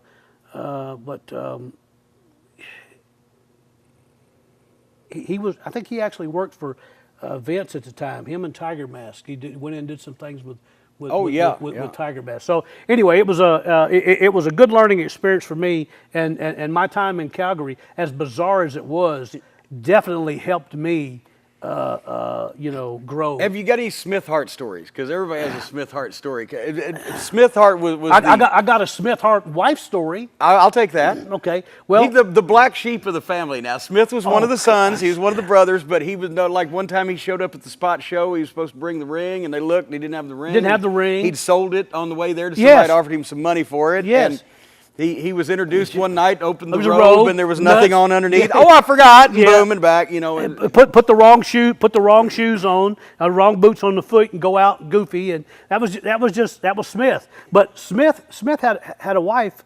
The one, I don't remember her name, but she was Puerto Rican. She was drop dead gorgeous, absolutely drop dead gorgeous. But there was something a little wrong with her, because in the dead of summer, up there. Which is not like it is here. It lasts like 2 to 3 weeks, right? Yeah, but in the dead of summer, she would have a fur coat on, sitting out on the balcony. And in the dead of fucking winter, which is absolutely brutal in Calgary, a goofy twat would be in a fucking bikini. So there's something wrong there. Now, I'm just... Did you ever ask why that these things were happening? Fuck, I was scared to get around her. No, I never did. I just looked in amazement, A, at her beauty, and B at her choice of apparel. What the fuck is wrong with you? So I get that time that you came back would have been when you guys started as the Galaxians. Correct. And that is correct. That was March of '83 because... of course, Lawler had just made the arrangements with Jerry Jarrett to receive half the company in exchange for not starting opposition against Jerry. Yep. And Dundee was the odd guy out because he was the booker, but he had his crew in, so they fired Jonathan Boyd and Luke Williams and Adrian Street. Basically, everybody I managed. So I was completely clientless. And as a matter of fact, the way I found out that I was managing you guys, I had asked Eddie Marlin, because every week on Friday night at the spot show, you ask, am I on TV? TV, right. And Eddie would have the TV list, and he'd say, yeah, you're on TV or you're not on TV. And I was usually on TV. But now things were changing, right? So I asked Eddie, he said, you're not on the list. I said, I'm not on TV? No. Oh, shit, this can't be good, right? So I'm sitting but I was still in Memphis because I was staying with my cousin Larry. So I'm sitting at my cousin's house for the first time in like 6 months. I'm not at Memphis TV. I'm watching it. And here's the Galaxians, and right as they were introduced, and I said, that looks like Danny and Ken. I heard the words, the Galaxians here today without their manager, Jim Cornette. What? I'm like, oh, shit. I'm like, how long did it take me to get? I'm 20 minutes away. This ain't a 20-minute match. I've panicked like it's my fault and asked Eddie 3 times. Right. So that's the way I found out that I was managing the Galaxians, who he was not there. Suspiciously like Danny Davis and Ken Wayne, and I was happy to hear about that. But Alpha and Beta. What the Galaxians? He just wanted something different. Was it Lawler that pitched it to you? That was Yep. Lawler. That was. He was playing video games at the time. He must have been, but I was in Calgary at the time, and I had a guaranteed salary of well over $1,000 a week in Calgary. Plus, I had my car there. I got an extra $300 a week in trans money to haul some guys with me. So, I was making very good money, and I told Lawler this, man. I just, I loved, but things are good. So I finally gave in. And then, okay, I come back, and so, and I'm glad I did, because that's how we really. I mean, I knew you from before, but that's how I really got to know you and understand you and where your mind was going. But we didn't have that long. It was a brief interlude at first, because you came in the Galaxians, Alpha and Beta, of course, from the Twilight Zone, and of course I'm a Twilight Zone fan. But I was trying to do something. I went to the costume shop and I got us the ray guns, right? Which you gave me the one. I still have it. Yeah, we got one of the guns, and we did the hand signals. What the fuck is this? I'm trying to think Galaxians. What am I doing? They're from the Twilight. So I learned there is a fifth dimension beyond that which is known to man, a dimension as vast as space and as timeless as infinity, a middle ground between light and shadow, between science and superstition, and it lies between the pit of man's fears and the summit of his knowledge, a dimension in short we call the Twilight Zone. Yeah. What the fuck is this? I'm trying anything, right? I'm just coming up with shit, it was at that moment, when he was doing this, he was so far ahead of anybody else in the wrestling business. I mean, anybody, that I said, holy shit. I don't know. To myself, I said, "There's something there," and I'm not going to ever push this guy off. So I got the ray guns, and I learned the Twilight Zone spiel, and your teamwork was impeccable from being a team for so long. But you could do the switch and the identical outfits. But we started the hand signals. Yep.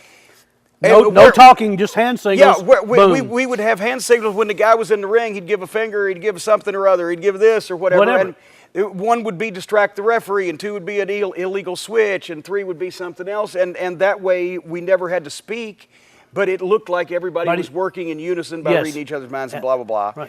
Right. But where I was going with that was it enabled me to learn, because I'd managed Adrian Street, and I'd managed Jesse Barr, and I'd managed One Man Gang, Broomfield, Crusher Broomfield for a while, and Mike Boyette. Oh, boy. The hippie Mike Boyette, Apocalypse, a soldier of fortune. Or as Dutch said, you may be Apocalypse now, but you'll be Fat Lips when I get a hold of it. But I'd never managed a real tag team. So now I got a chance to learn how to manage a tag team and how to draw the referee, but not keep them for 20 years and put all the heat on them, and how to facilitate the switches and blah, blah, blah. So that prepared me for 9 months later, the Midnight Express, and you guys to this day, with the exception of Bobby and Bobby and whoever. I'm not picking my favorite part, but you guys were the best tag team that I've ever managed in the ring as performers. It's a hell of a compliment. And but you had your shit together, and it was you made your size work for you instead of against you, because it was two guys that were almost identical in size doing the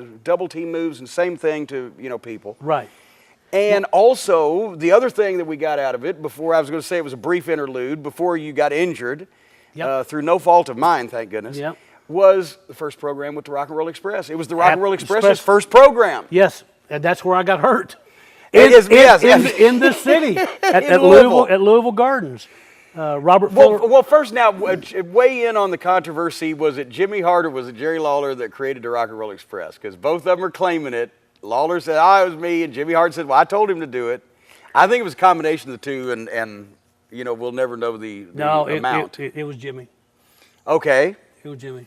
Because he pitched Not taking anything away from Lawler. He pitched the idea to the bandanas and the Rock and Roll Express and the whole thing. That sounds like Jimmy. That's Jimmy. They actually dressed like Jimmy would dress on the street. I was there when Jimmy was talking about it. So that was Jimmy. Now, Lawler. Yeah. Well, there you go. But he was booking at the time. Absolutely. So but anyway, the Rock and Roll were the Fab's understudies. Yes. For the secondary towns and etc. But we got to work their first program with them. Yep. And now talk about it lasted, about 6 weeks, and then finally you're in Louisville. And we're in Louisville, and I'm in the ring, I guess during the comeback with Robert Fuller, with Robert Gibson, and I went to take a backdrop, and Robert failed with me. And when I landed wrong and really screwed my back up. I mean, I had to be carried out of the ring. And you had some oomph going into that because you were noted for taking one of the biggest bumps, backdrops. Yeah. When guys backdropped you, they could turn around and look, and you'd still be up over their head before you came down. Yeah. So you had some oomph going into that, and then he goes over backwards with you. And right. There you go. I landed real squirrely and actually fractured 2 vertebrae in my lower back, and I was pretty screwed up. So the next night we had to go to Evansville, Indiana. So I had to go to the chiropractor that Wednesday morning, and so I got adjusted. But I can't remember if I actually worked in Evansville or if I stood on the apron. I don't remember. I think you stood on the apron. But I was crooked. I couldn't straighten up because there was so much pain. But bottom line is I had to take several. Well, it was about 3 months off, I think. Yeah. But and I don't know if I ever told you this, but one thing I'll never take away from Jerry Lawler, who I love dearly. Every week that I was off, I got full pay. Whatever the pay, and I don't know if you ever do that. That's unusual in those days. Yeah, in those days, and in the Memphis territory. Yeah, especially. But Jerry Lawler, it was unusual to get full pay when you worked every there. day. But if whatever the checks were, if Kenny made $1,000 that week, my check for sitting at home was $1,000. I mean, Lawler took care of me, and I mean, I would be forever grateful even before that. But that just told me what kind of man, if he really liked you, what he would do, because that shit just don't happen. So anyhow, it didn't disrupt my personal life. But for a couple of weeks I was in a wheelchair. Don't know if I ever told you that, because I was told. No, I remember you were getting wheeled around. I was pretty screwed up. But and they wanted to do surgery on me. I was against it. And they said, well, you'll never be able to do this again. 3 months later, I'm back in the ring taking the big high backdrops because it's all this right here. That and a little stupidity, but you can't go wrong with a mixture of determination and stupidity. You can't, and if you have passion for this business, and I had passion, and I still do to the day, but you got to have passion. You got to have fucking passion. We were in Regina, Saskatchewan, 500 miles from Calgary on a Tuesday night, and Ben was green, but Ben was being fueled by dynamite. Oh, geez. Okay, so I believe, and to this day, certain things you do to somebody during a match, they should either sell it, be stretchered out, or you just don't fucking do it. Yeah. And, I would go over these things with these guys. Well, Benny snuck up behind me and kicked me in the balls. But it was at a time when it shouldn't have happened. You didn't have time to go down and lay there for fucking 15 minutes. Right. So went down, sold it a little bit, but then got up and went over to where he was and proceeded to beat the fuck out of him. Don't fucking do that shit. Not out here, because I love taking care of the business. You know what I mean? And I didn't want to do anything that would, have people to question anything. Because it's the way I was, Fuck. So anyway, that's my story. Is somebody coming in the door? No, that's probably we got. Oh. We got new tenants coming in next door. Yeah, we saw the big truck. Anyway, we're running again? Okay. The week after you got hurt, Yep. it was supposed to be the three of us against Ricky and Robert in a 3-on-2 handicap match in Memphis. So I get there and they say, it'd just be you two. So it's me and Kenny. And Ken's smaller than I was at the time, like 5'7" and 190. And I've had 7 kind of matches, mostly rolling around with Jimmy Hart or a Battle Royal. And I'm like, what the fuck? We had to somehow make it competitive with the rock and roll for about 8 minutes, and it wasn't pretty. But then I think, didn't Bobby Fulton step in? And Bobby Fulton became a fill-in Galaxian a couple times. Put on my suit while I was out. Yeah. Put on the Galaxian armor. Yeah, which I still have, by the way. Oh, as a matter of fact, a couple of people have used it over the years here on OVW TV. Absolutely. But so then you were hurt. Yeah. Then they sent me and Ken to Georgia. Right. That was when Ken was the stray cat in Georgia, and you came back as the Jaguar. Jaguar from the jungles of Bolivia or Colombia. Or and that was at a time when Tiger Mask, I think, left Japan, and some Japanese photographers came over. They were trying to see what stray cat and what Jaguar, if they could, fit, which Didn't work out, but hey, it was what it was. And then you went back to Calgary, didn't you, for Yes. a while then, for an even longer run in the Yes. mid-'80s there before you came back and worked Continental. What Yep. was it like going back? Because then at least you knew what you were getting into. I spent more time with Bret Hart in the ring and whatnot, that time around. But a lot of the same faces were there. And, again, I still worked a long program with Bruce Hart. And I remember, and I don't remember if it was this time around, but we were over in British Columbia, and I think we had like a big $100,000 house that night. But we had, let's see, there was Bryan Adams, Judas Priest, several rock and rollers were there to watch the matches. I think they were in town for a concert or something, and Bruce had broken my nose a couple of weeks before, and my nose was just starting to heal a little bit. Did you have a target on your face, by the way, when you were working? Just the as bullseye. Bill Dundee said, you shouldn't have moved, kid. So I guess I did. But so it was just healing, and so I said, please stay away from my nose tonight. It's getting healed, and I'd like for it to heal up. So what do you do during the body of his comeback? As I'm down, he drops a knee right on me and shatters my nose again. And oh my! I think he did it to amuse his friends there. And so I didn't set too well with me. So later in the match, he was supposed to go down and do a little zip. And so when he was down doing zip, for some reason or other, the bottom. Somebody didn't get him, kick him in the back of the head or something. The bottom of my foot just tore into the back of his head, and he had a big horseshoe. He had a big horseshoe, which was fitting for Stampede, so I guess it was good. But he had a big horseshoe that he probably still carries today. Oh God! Well, it's a shame when shit like that happens. We call those receipts, and so. But Dynamite. What about Bret in those days? Because I read Bret's book. He was cocky. Always cocky. He was cocky there because he was the boss's son. Yeah, cocky. But reading his book, I was astonished at the fact that he did not really keep up with the business anywhere else but where he was. No, Calgary. That was it. He did. You could ask him anything about the business outside there, and he'd look at you like a deer in headlights. Huh? He didn't know. So when guys would come in from different territories, he didn't know. From Tennessee, it was like where did he think they came from? Wasn't he ever curious? I don't know why I'm asking you about Bret, but it just came up, but my recollection of that was that he really, and no disrespect to Bret because I like the guy, but he didn't have any knowledge of any other wrestling other than Calgary. He was a great talent, but he like most guys normally get into the business, they want to know what's going on everywhere else. He just paid attention to either Calgary or WWF, wherever he was, and he really didn't, Maybe it was, Because, the first time we met him was, he was teaming with Neidhart and Jimmy Hart, and the Midnight Night, Bobby and Dennis, we run into him at a hotel in Los Angeles, and hey, Neidhart we knew from Mid-South, and hey, Jimmy we knew from Memphis. Right. And, hi, Bret, how are you, and everything. Afterwards, I found out from Owen that Bret had relayed the information because Bret had gone back to Neidhart and said something like, "Who are those guys?" Yeah, right. Yeah. Well, they're he was they're famous the World for that. Tag Team Champions for our competition.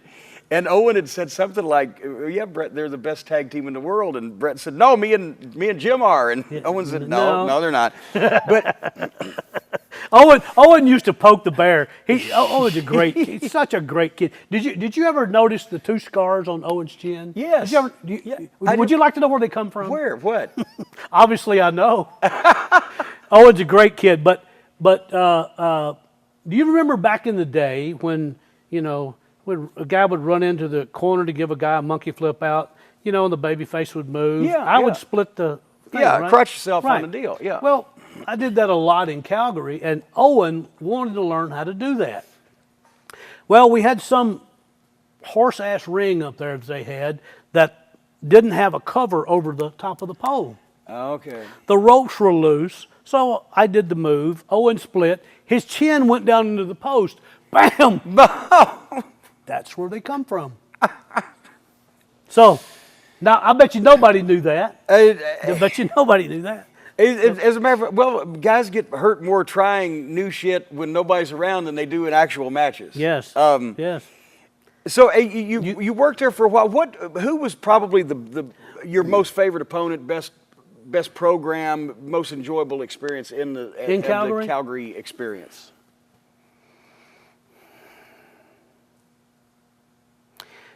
It would honestly have to be, I guess, with exception of Bruce, because that was my longest program, and we did the most business. But I really had fun working with Bruce and Davey Boy when they would team up. Yeah. And Bruce was a little odd. He was just odd. And Davey Boy was just oblivious to the world. Yeah. Like, he didn't know. I mean, he would just go out there and do things, People loved him because he was a young, good-looking kid, but he was just oblivious to everything that was around him. I mean, just everything. So Davey, you got to do a promo for what? For what? Yeah. Davey, well, you know it. It wasn't me. I wasn't even there. So yeah, but I guess to answer your question, it would be a combination of Bruce and Davey Boy. Did you ever get to go to the dungeon? Fuck me, Dynamite, and Neidhart. We used to work out in the dungeon. Oh my God! But on weights. Yeah. And I know the stories. I've heard the tape. Actually seen Stu stretch a few people. He would always want to come here. Let me show you. Fuck you! You're not going to show me. So don't want to know. Don't want to know. Already know, and you ain't going to do it to me. But when Dynamite and myself and Neidhart were down in the dungeon lifting weights, there would be grunting and whatnot going on. And Neidhart would do a set, he'd drink a beer. Do a set, drink a beer. So that was his diet. And so we were down there one morning. Boy, Stu comes down with a gleam in his eye because he heard grunting going on in the basement. Oh, yeah. He comes down and he goes, and he sees us over the weights. He goes, and you could just see the wind go out of him, and he fucking waddled back up the stairs. It's just too good. Because he was wanting to get in on that bone crunching, make somebody fucking scream. So at that point, I guess that probably mid-'80s, that's when you first went to Continental, and you were going to be in and out of there a lot, and you and Kenny were going to have a lot of success there. We first went to Continental in March of 2004. No, wait. No, 84. 84. I was about to say, wait. Fuck. 80. See, I'm. Yeah, in 84, and we were finishing up in Memphis, and we were going to the tanning booth because I remember the Armstrongs when we arrived at Dothan TV in March of 2004. When we arrived there, 84. God damn it, 84.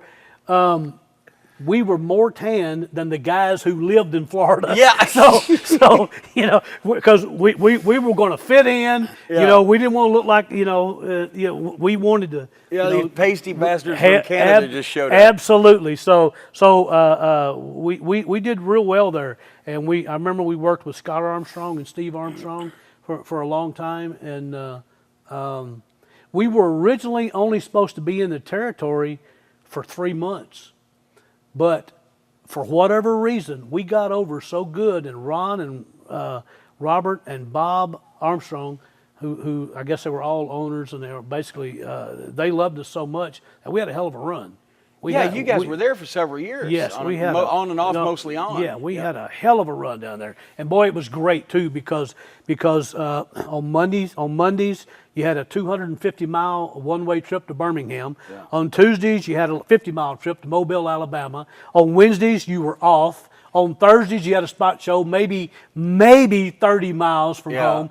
Friday you had a spot show that was close to Dothan, Alabama. You would stay over, get up, do Dothan TV that morning, go back to the hotel, then do Dothan TV that night, then stay over, and then go to Montgomery and do an afternoon show, then drive to Pensacola and do a show at night. So we were busy as fuck. But at least it wasn't far in between. We did 1,000 miles a week, and buddy, we made and the beach during the day, and had the beach and the women. And if a person was inclined to sell gimmicks like they were going out of style, who would do that? Whether it be masks or pictures or colorful T-shirts or just a plethora of merchandise to where they were become known as the gimmick king of Continental. Yes, I was known for having a retail store. But now you were heels first. Yes, You were heels first. Heels first, and the masks is what got going. Yeah. Because my mom, who was an excellent seamstress, actually, all the costumes that many people may have seen over the years, pretty much, not all of them, but 90% of our costumes my mom made. Yeah. And so she made all our masks, and back in the day when we started selling those, we would give them to a face and to sell, and they would sell for $20 a hit, and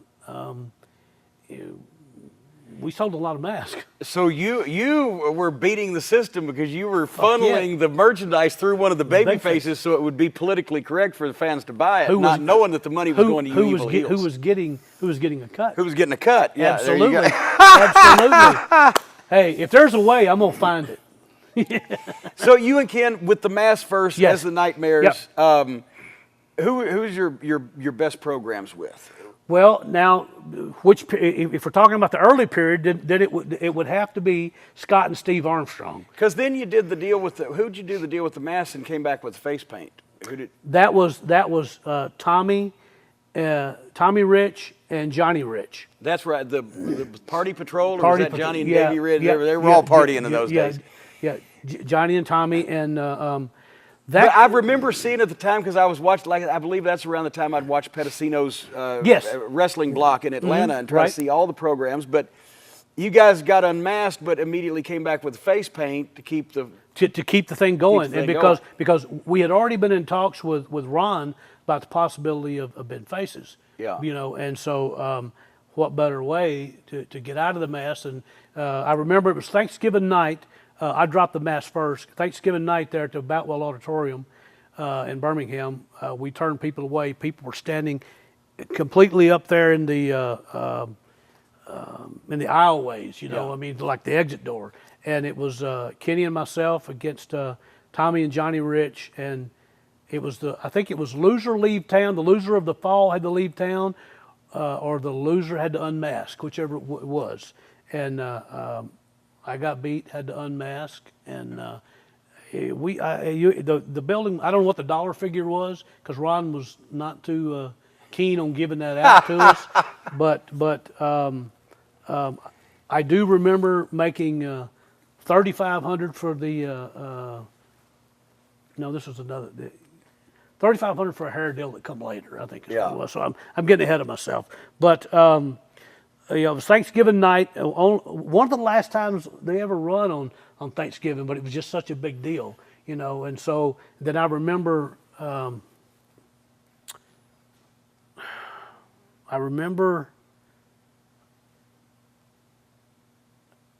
it then? I'm confused. It's your story. I know, because I am confused. I am confused. That was the hair deal. I misspoke. I totally misspoke. I got ahead of myself.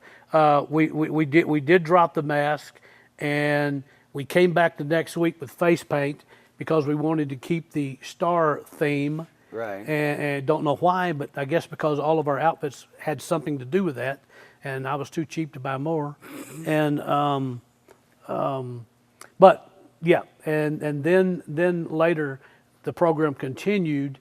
And I think it was because Tommy Rich and Johnny went out to a bar somewhere in the backwoods of Alabama, which is probably about as redneck as you can get. And Tommy started something, and Johnny got knifed and almost died. I remember that, yeah. So, and then somewhere in there, they put the heat on us, which we gladly took. But It translated into business. Yeah. It translated into business. But you guys, as a top team, you ran for a while, and then there was an angle where you guys split up, and Ken turned on you, right? Yes. Did you want to do that? Were you excited about doing it? Because you guys, I remember what I saw on television, had great matches with each other. We had absolutely run our course with everybody that we could work against. Yeah. And so, I mean, we had matches with chairs. We had matches with each other out on, outside. Yeah. Then we'd get in the ring, but we had worked every angle we could. And the only thing we hadn't done was work against each other. And this was at a time when Doug Furness was God rest his soul, was breaking into the business. Yeah. And so Doug was living with me. I was kind of teaching him what I knew about wrestling, and Doug was teaching me how to work out. And that's when I started changing my body. That's right, because all of a sudden, boom, you look jacked. Yes. So Doug Furness was the influence there. Yeah, Doug was, he taught me the proper way to lift weights and whatnot, and I taught him what I thought I knew about the business. Yeah. So it was and he lived with me for 6 months. So it was kind of a trade-off. And during that time, I think the business was kind of changing to more bodies and what, That was the second half of the 80s. That was second, yeah. So, I kind of realized that in order to remain relevant and stay in the business, I had to do something. So I started changing that. Now, and Ken, never did. And so, as a heel, he really didn't have to. Yeah. So we worked an angle to where it was me and Kenny in a cage against the Dirty White Boy and P-Head, Jerry Stubbs. Mr. Olympia. Mr. Olympia. And we were supposed to, and Wendell Cooley was supposed to be a referee or something. I can't, regardless. The loser of the fall left town. Kenny lost. Or the team had to split up. So yeah. Kenny lost, and that just broke the hearts of everybody. All the, of all the people around there, all the baby faces, girls, the kids, the whole 9 yards. Because, we were kind of over there. We were doing really good business. So then something come back later, and however it worked out, that Kenny and I started working a program with each other, and Kenny was stiff. and of course I was too, but I remember the one time we were in Montgomery, Alabama, taping 2 shows, and I was out doing an interview with Missy Hyatt, and Kenny came out with a dress on, I think lipstick, the long blonde hair, looked like a girl, had popcorn. Dropped popcorn. I said, "Excuse me, miss. Here you go." Bam! He fucking decked me. Did something, threw me in the ring. Come off the top rope, landed right on my mouth, split me wide open, just right from the get-go. The very first thing we did. So I'm like, "Well, boy, this is gonna be fun. Here we see where this is gonna be now. fun." So that it started and went from But there. Missy, was Eddie Gilbert? Eddie Gilbert Yes. was there some during your. What'd you think of working with Eddie? Was he booking at that point? Actually, over there? actually, a little backstory there. I actually got Eddie his booking job there. David Woods owned the company, at the TV station there in Montgomery. He owned the company, and he was looking for somebody to book it. And I think Ron West took it over for a little bit, but so I called Eddie, and because young kid, but had a lot of good ideas, Yeah. and I just thought that he might have been good for that, and so they called him, he come in, did it. And I enjoyed working with him. He kind of let me do the program I wanted to do and whatnot. I worked with Humongous. Was that the Jeff Van Camp version, No. or that was Sid? That was Sid. Sid's first. Oh my God! So if you can imagine, because you remember how big Sid was. Sid is green as a pepper tree. Yeah. So worked with him for a while. Then Wendell Cooley worked with him for about 3 weeks and went crying back to the office. I can't work with him no more because he's too stiff. So I got to work with him another few months, which I didn't mind because but regardless, Eddie was there for a while. Then some things went on. Don't know what, but he went away. Yeah. Just Eddie, I guess. Was that he didn't have Heyman down there yet, did he? At that point, or did he? Yes. He did. Yes. What'd you think of Paulie when you first got around? Well, I knew Paulie dangerously from Memphis. from seeing him in Memphis, and I'm like, why the fuck does he have a wireless phone at the ring? He's not going to call nobody because there's no reach. It didn't work that way then. It didn't work. Yeah. And then I'm like, oh, it's his weapon. Duh. Okay. So yeah, I can vouch for that. Yeah. But anyway, I sit back and I watched and I listened to Paul, and I realized that he was an intelligent guy, and I realized that he had a passion for this business, which I like anybody who has a passion for something, especially the business that I have a passion for. And so, but the more I listened, the more out there that I see, would see things, and a lot of it didn't make sense to me, my old school ways. But at that particular time, he wasn't crazy. What as I said, everybody in the wrestling business is crazy. Either you're crazy, so you get in the wrestling business, or you get in the wrestling business and the people in it make you crazy. Right. But one of it, Yeah.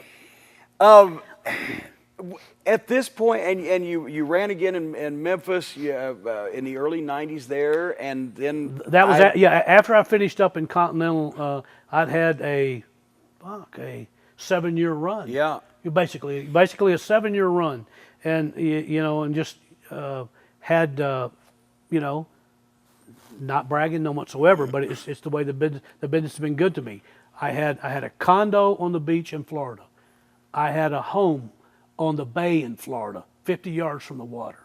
I had an apartment in Birmingham.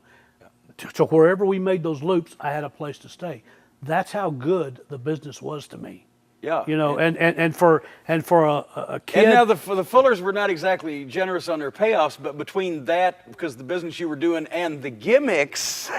Yes, absolutely. You if you know how to pinch your pennies, you can survive. And while I may have been extravagant, it wasn't to me, because things were good. In 1988, business was so good in Continental, the gimmick business, that I bought a brand new IROC Z Camaro, $22,000. The month of June paid for that. Now, and didn't you use it in an angle? Use it in an By the angle. way, yeah. And I forget what. Anybody from Tennessee that buys a new car or a boat always uses it in a tournament or an angle. That's Right. a rule. So we did. It's like a guy coming out of a box always gets over. Yeah, we did this angle in Birmingham, and Gordon Soley was there, presented me with the keys. I won the big battle royal around the tournament, and then Robert Fuller and Jimmy Golden came out to congratulate me, and Ken was there, and Robert, they had the big robes on. Oh, it's a beautiful car, this, that, and the other. Oh, let's see. He hit me, threw me in the trunk, closed it. Kenny's going, what the? He pulls out a big ball bat. He goes to bash the window in. Kenny steps in front, bam, takes the hit, spews, internal bleeding, and we're off to the races. So fun. And they did great violent angles in Continental. And that's the first time you probably spent a lot of time around Tom Pritchard when he was down there. He and Tony Anthony were doing their shit. They were hanging, lynching each other and shit. Yeah, Tom was great talent to be around. And, I spent time in Japan with Tom, but a lot of time in Continental. And Tom was, I don't need to tell you, but tell these folks, hell of a talent. Very, very intelligent guy who knows this business. If anybody gets an opportunity to learn from Tom, you should do it, because he's damn good. But you after that run in Continental, you went back to Memphis for a little while. You worked for me for a little while in Knoxville. We'll talk about that. But the early '90s, you had moved up here to Louisville. I think a divorce. The divorce took that. The condo on the beach went away. The house on the bay went away. The Lincoln Town Car that I drove went away. Number 2 got that, by the way. And so I moved back to Tennessee and working the Tennessee territory again. Spent time on the road with Steve Austin and that's what I was going to say. Is you ended up in Louisville. Yep. After the first couple of years of the '90s. Yep. And that was due to number 3? Well, actually, no. Number 2 is what got me back up here in the early '90s. That's right. Number three came after I'd relocated up here. That's right. In Louisville. But at that time, and you know, I was just getting started in '92 in Knoxville, so you worked some weekends for me and did the thing. And still the greatest pile driver cell in the history of wrestling. When Paul Orndorff went crazy and pile drove everybody, and you last, and we carried you out, and your hand was shaking. Yes. But at that point, you were starting to think about getting off the road. You've been back and forth to Calgary and blah, blah, blah, blah, blah. Right. And what made you start thinking about opening up a school? Well, where'd that process come from? When I was on the, on the circuit here in Louisville with the USWA, every Tuesday was Louisville Gardens, and there was always a great fan base here, and everybody would always come up to me and say, "Hey man, how can I be trained? It's everybody for whatever reason." Men and women, boys and girls wanted to know how to, to get in this business. Well, there wasn't any, and so that kind of got the wheels churning, and I always thought that I had a knack for taking someone and teaching them something. I was never a teacher or anything, but I felt like I could be a coach, and I don't know why, it's just something I felt. And so that was about the same time that USWA was winding down. Lawler was going to Vince to work and whatnot. Their business was dropping off. And Jerry Jarrett at that point was kind of fed up with losing money in wrestling because he had an account that he kept for wrestling, and it was dwindling in 1990. By 92, 93 or so, it was done, and he was looking into more in construction and not. He would operate the wrestling business as long as it took care of itself, but he wasn't going to put any money into it. Right, and so I kind of saw the handwriting on the wall when Lawler said that I'll never work for them, and then all of a sudden he's working for them. Then I'm like, okay, so what's going to happen next? So I love this business. I'm not going to punch a clock. What can I do? So that's by feeding off of what I heard from people who were at the arenas. I could turn this into something. So I before I ever did anything, I asked Jerry Lawler and I asked Eddie Marlin for their blessing before I did it, because the kids nowadays don't know what they were still running Louisville. Louisville was part of their territory. You would be viewed as opposition and as outlaws if you were running without their blessing, and I that would cut off the conduit of talent back and forth, et cetera, et cetera. And I would not do that because loyalty means everything to me. I swear. I mean, you know that. Kids nowadays don't understand loyalty, but that meant something. Well, everybody just works for anybody that books them because everybody runs everything, and there's no territory and there's no area. There's no respect. There's no respect. Yes. And so I got permission before I did anything, and I had to sit down with Lawler in our old locker room at Louisville Gardens, and this is where I actually first pitched a training grounds to him for Vince. There you go. This was in the early '90s. Because he was going to be talking to him every week. Absolutely. I said, look, the business we know, as we know it, has changed. The landscape has changed. And, where are all these guys going to come from? I said, hey, I want to open a wrestling school. I want to do it right here in Louisville. And I said, I know I can do this. I know that I can teach. I can teach somebody how to do this. And I said, maybe you guys would want to hire some of my talent, if it ever came. Yeah. Well, so Lawler blew it. He never took it serious. He never. Jerry has a habit of thinking all of 5 minutes ahead. Right. Yeah, so he blew it off, but gave me his blessing to go ahead and open a wrestling school, but not run shows. Yeah. So I did that, and so I recruited. I recruited a lot of the guys, my nephew Doug Basham, who was honestly a natural talent in the ring. He was very, very talented, incredible. And there was a guy named of Jerry Faith, Troy Haste, and Kevin Haste.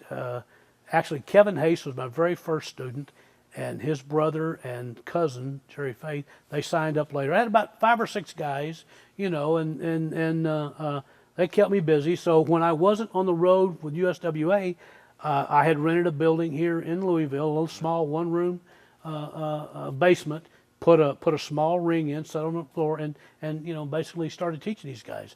Then, as USWA went away, I saw the need, and people were starting to, flock to this. Yeah. Then I moved to Jeffersonville, Indiana, on Watt Street, which was a bigger version of the Louisville basement arena, but still really, really small.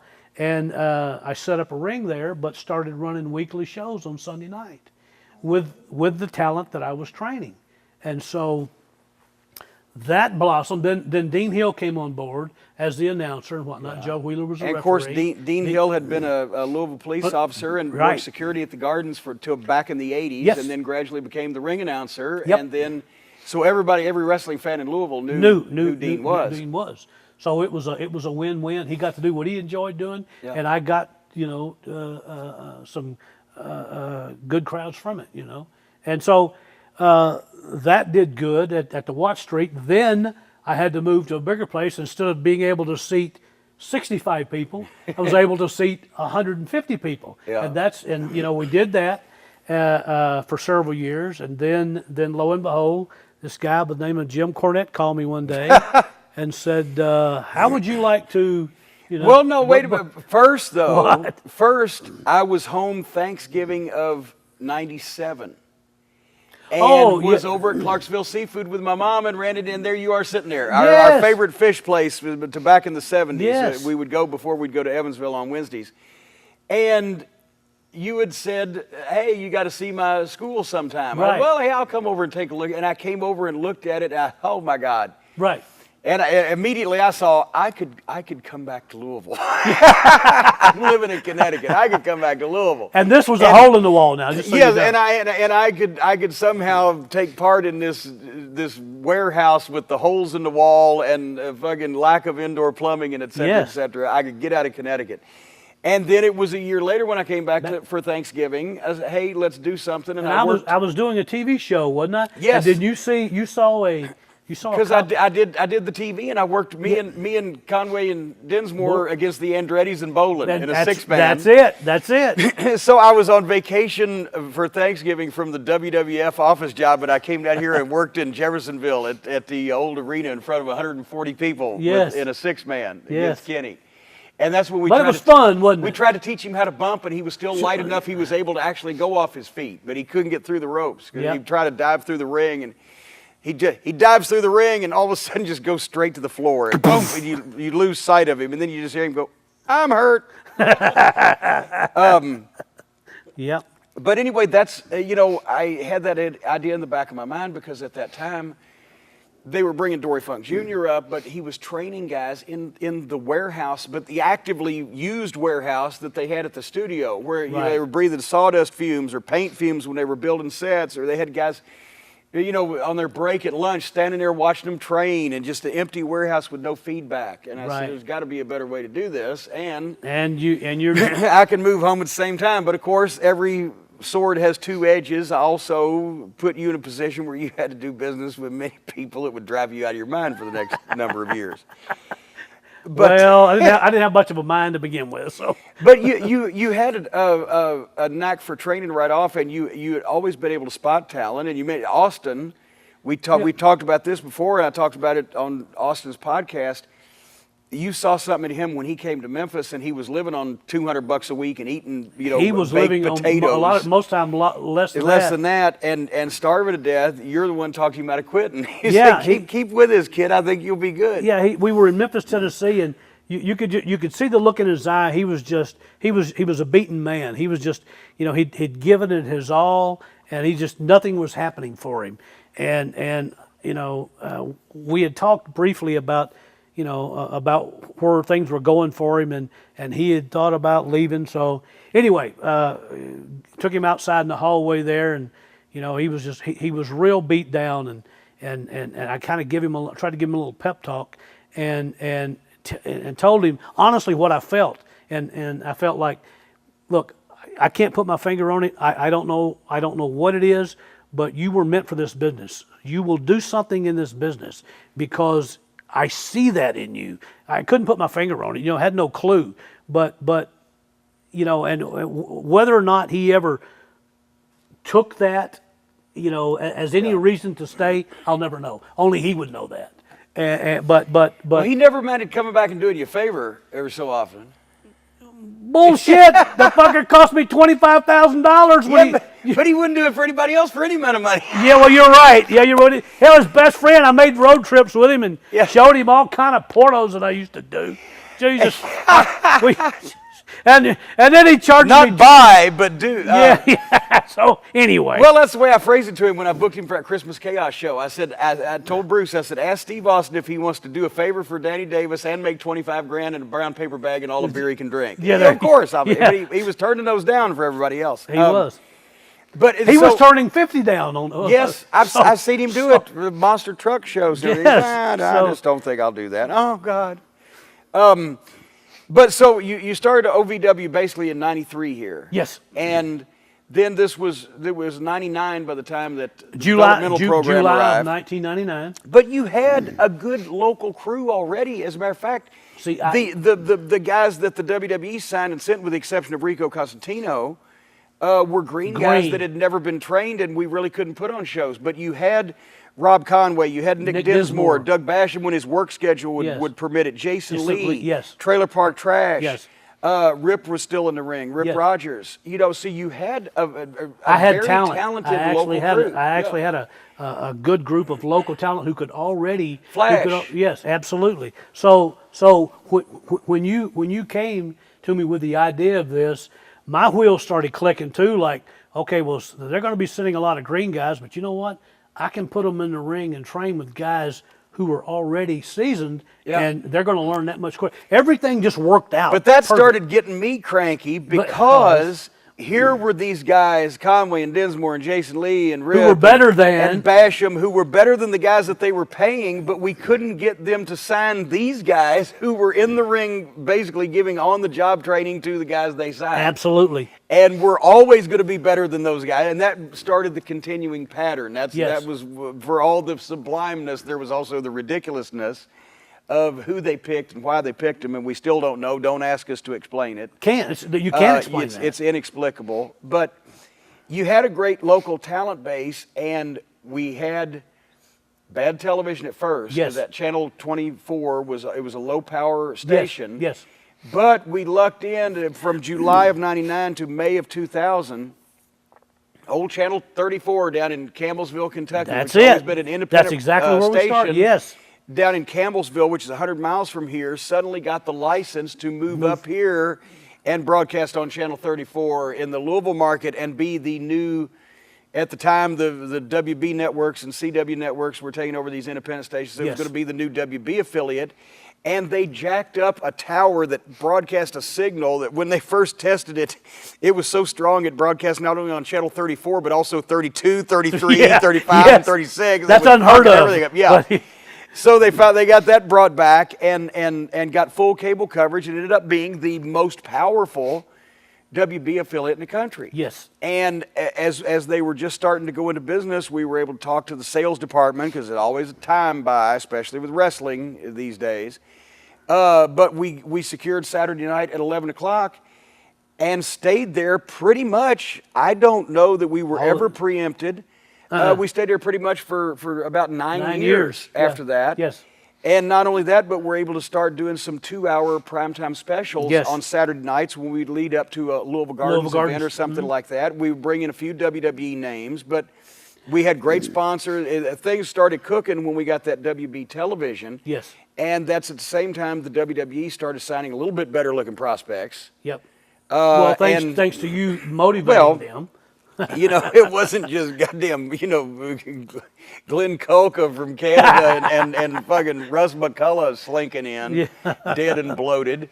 But so 2000 really started cooking, and also we were able to do the garden shows with Clear Channel Broadcasting. Yes. So once again, we alluded to it in some of the footage that we shot earlier before we sat down here, but at the time, the arrangement that we made and contracted with the WWF was to provide a training service. We would use our facilities and our schedule, our TV, our live events, the school, etc., to train talent. Right. And for that, they would compensate us individually as consultants. I just whacked the microphone, and they would compensate the company.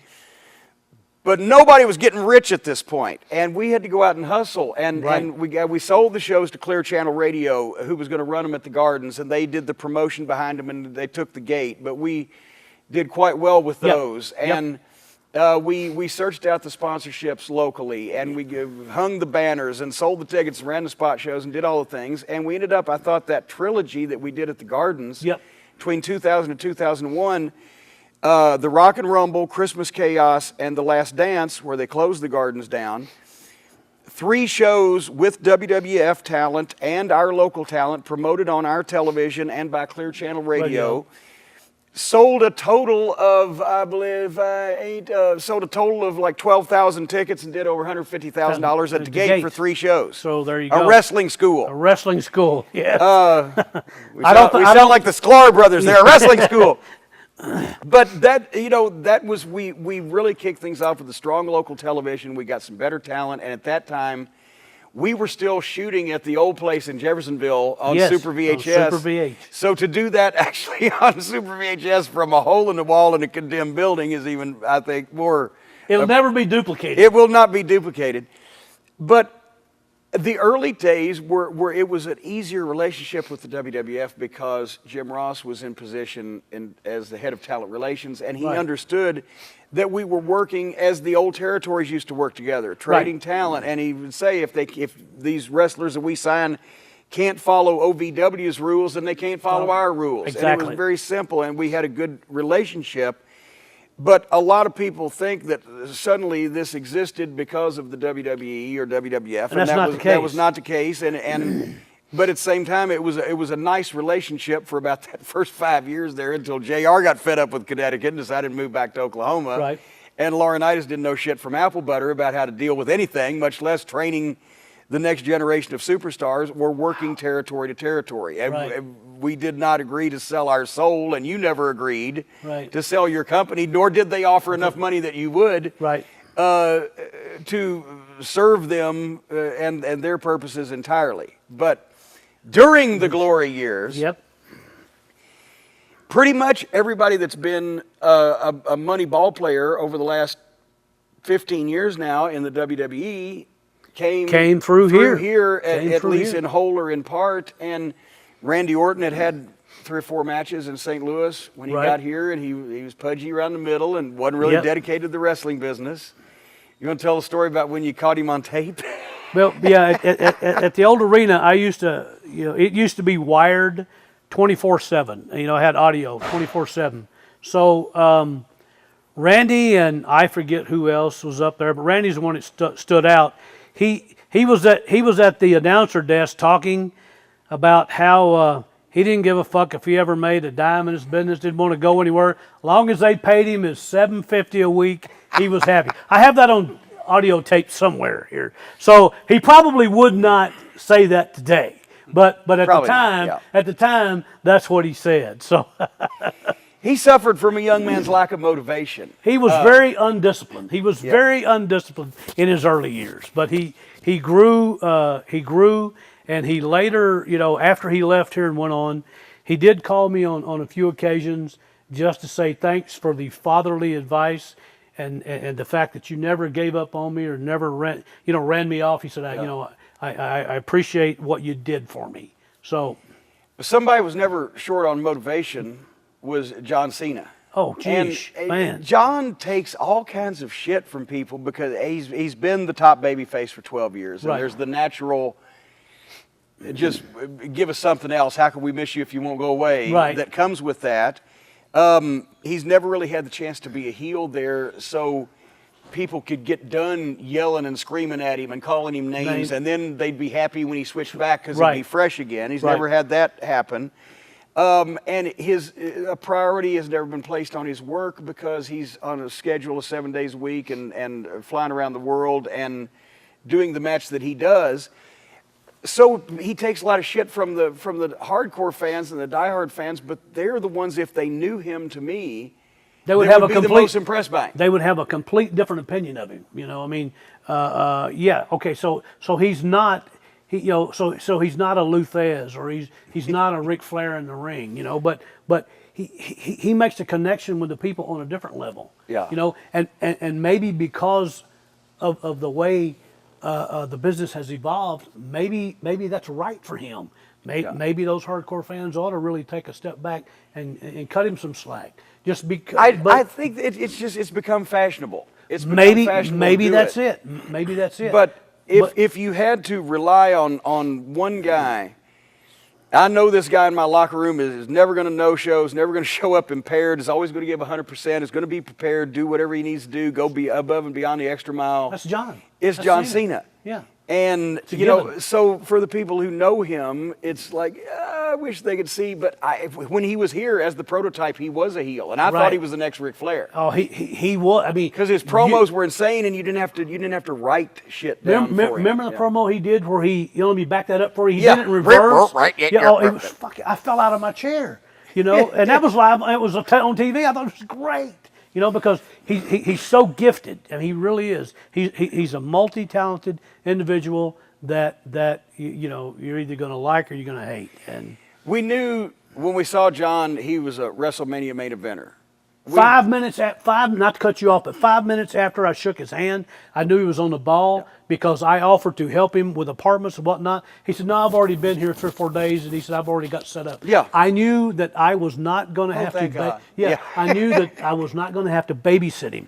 He was going to take care of himself and do well with it, and he has. But we knew John was going to be good, and we kind of figured Randy, if he got his shit together, because he had the genetics. Yes. And we looked at Batista and said, "We can ever teach him anything." Yeah, but then that was up in the air for a while.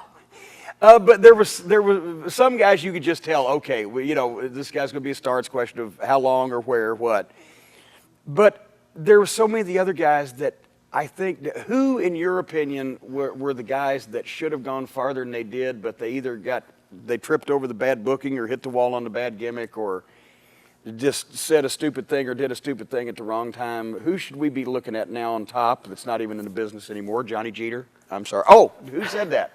Johnny Jeter. Oh. He was the second guy that I was going to actually bring up because to me, he was the next Jericho. Yeah. In my view. That's why I brought Jericho down here and work with him because he was. That's why they named him the Thrill Seeker. He was Jericho. Exactly. He's fucking Jericho. And not because of nepotism, but Doug Basham. Yeah. He was talent.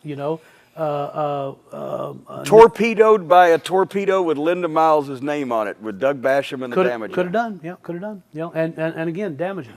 And so those guys. But like Rico, I always thought Rico had something. Maybe it wasn't a main event of pay-per-view, but you have to have the semi-main guys. Well, Starrcade '86 wasn't 8 main events. Exactly. It was a couple main events and some other matches on the card with top talent. Yeah, That's there you go.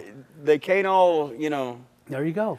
But WWE, over the years that we did business with them, WWE went through more talent than any company. A combination of you could of all run companies. 5 promotions on the guys that they picked up, chewed up, spit out, and are done, and have quit the business. And that got frustrating. Absolutely. Well, especially for you, because when you were booking this and we were doing our weekly TV show, and then we had our spot shows and our live events, whatever, to rely on our TV show, our guys would go up on the road to work a spot show. Well, hell, they may come back and their head would be shaved. Doug Basham actually walked in with his head shaved, looked like a 40-year-old truck driver. I said, my God, we could have had a hair match. Creative wanted to see what he would look like if he was bald like Damager. Yeah. So I said, they're creative. Let them imagine. So there you go. When things like that would take place, and it took place quite often. Yeah. But I honestly think it was done purposely to poke the bear. Oh yeah, to Iggy me in the ribs, to get me out of the way. I really think that way we would use real ropes on the ring instead of cables if I wasn't around. Yep. But no, in all seriousness, we contracted to perform that service, and there was no place else. And you mentioned it earlier. A lot of other places fell by the wayside. Yes, OVW not only shot a weekly television in front of a live audience where you learned how to work TV, work to the cameras, hit your time cues, and even when we got the digital production, there was not that extensive post-production. You get your finish, you enter, you're going off the air. Bingo. They were able to work live events at least 2 or 3 times a week in front of an audience. Yep. They were able to have access to the ring. There was 3 separate levels of classes going on, but they were able to have access to the ring, quite a bit. And it was a well-rounded experience. And plus, we expected them to respect the business in our town that we had to live in after they had moved on. Absolutely. And kayfabe outside, and you would get fined if we caught you and you were consorting with the other side because you weren't kayfabing and you weren't going to shit in the middle of our living room. You're not going to do it, yeah. And then go move somewhere else and not think anything of it. And we tried to teach guys to respect the business, and most of them picked up on it. And I think another thing that helped out was the Six Flags Kentucky Kingdom Series. Absolutely. That when they closed the gardens, we were able to pick that up where they would buy a show every other Friday night, and later on every Friday night, all through summer for the outdoors arena, and we'd bring back one of our graduates, and the rest of the show would be the OVW guys with their angles and etc.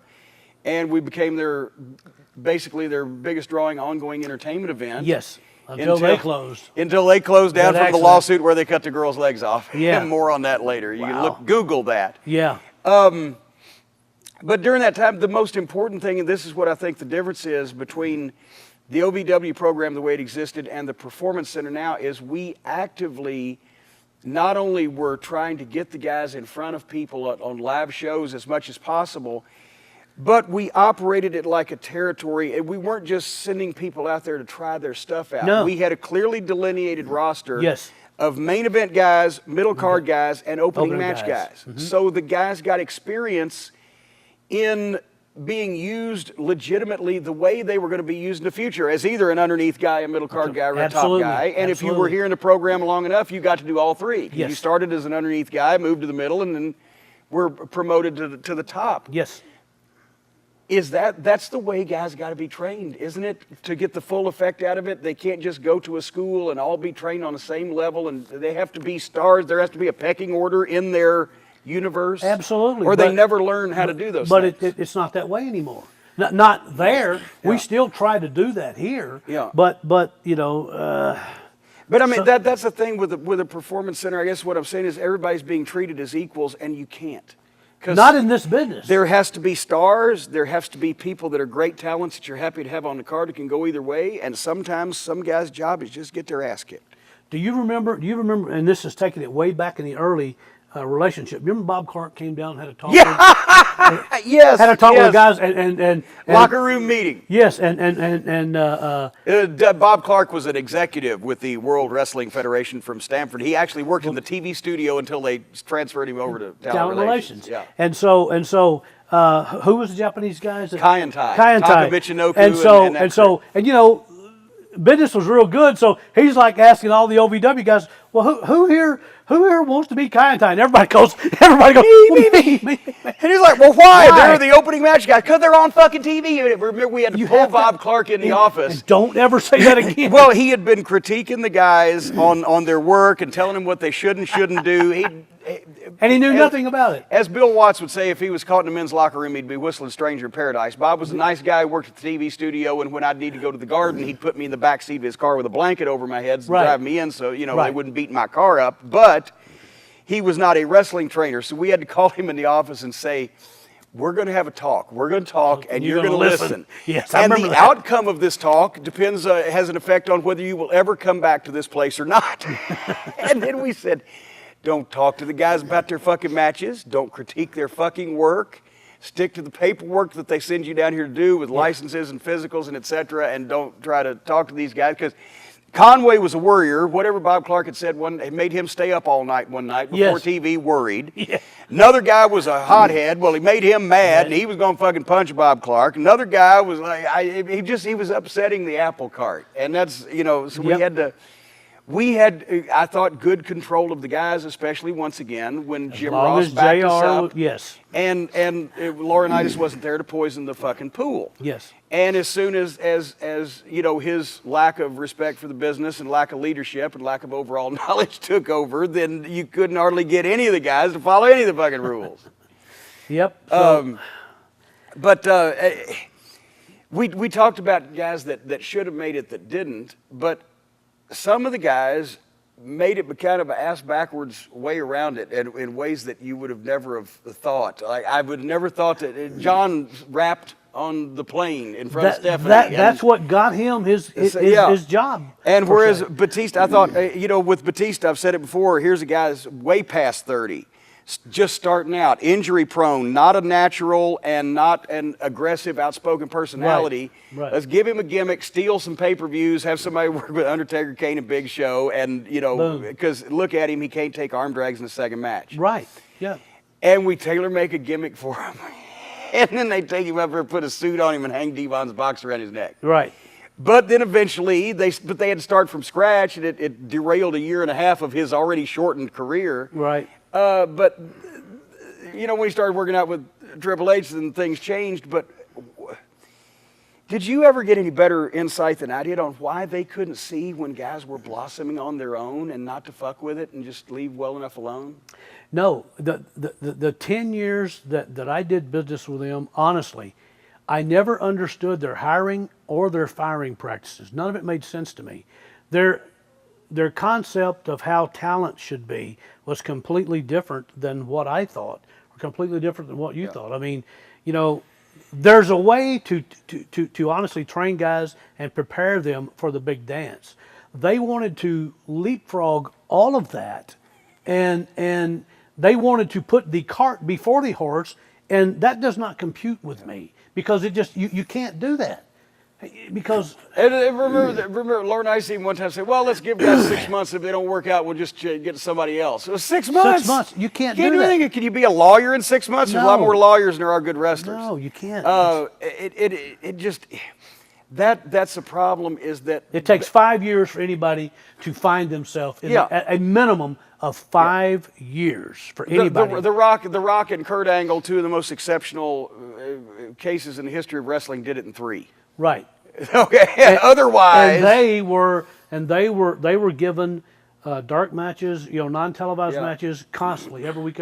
Now, if they did that to every talent, then maybe, you know, that would help. But that's not the case. But that, so that, you know, they come up these days with, oh, I have an idea for a character. Yeah. Let's see who we can find that can play the character. And what we would do, and what you know, whether it be booking, whether it be training, the object is to give a guy enough opportunities, enough spaces, enough places to go and work, whether it's babyface or heel, or whether it's spot show or TV or win or lose or whatever the fuck, until he starts figuring out what works for him and what he wants to do. Absolutely. And then you can start tweaking that, because you got a little starting place, and then you tweak it a little bit and throw him some suggestions. But if it doesn't come out of him, it ain't gonna fucking work. And as a coach, and you know too, that you notice it, you pick up on it when he's starting to get it.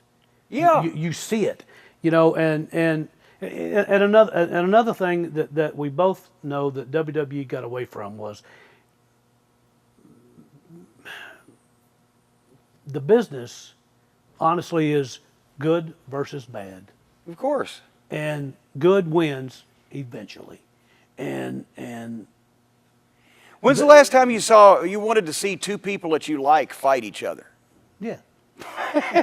And when's the last time that you wanted to watch two people that you dislike fight each other, but when's the last time you cared which one of them won? Exactly. If you didn't like either one of them. So it's a real simple formula, but they've totally gotten away from that. Totally gotten away from it. We still try to do the good versus bad, but at the same time, you know, dress it up a little bit, you know, but still keep that good. But now the problem is that because of what they're doing, I've said, when something's being parodied on national television every week, it's hard for anybody to take it seriously. Well, they don't anymore. Anything that you do that used to draw money, anything that you used to have in your booker's arsenal or your promoter's arsenal, or that you could draw money, has pretty much been negated by the fact that it's being made fun of on the big budget program, and, you know, is being told not to be taken seriously. Right. as much as we formed the perfect combination, I always like to say that you were like the guy that owned the restaurant and I was the chef. I made the food taste good and you made sure that the doors open and the bills got paid. Yep. But they knew how to push my buttons, and there were a lot of things they wanted to do with and to OVW that they couldn't do successfully with me bitching and screaming about it, so they had to get me out of the way. And there was a few incidents, but finally, slapping the piss out of what later became Santino Marella was their excuse.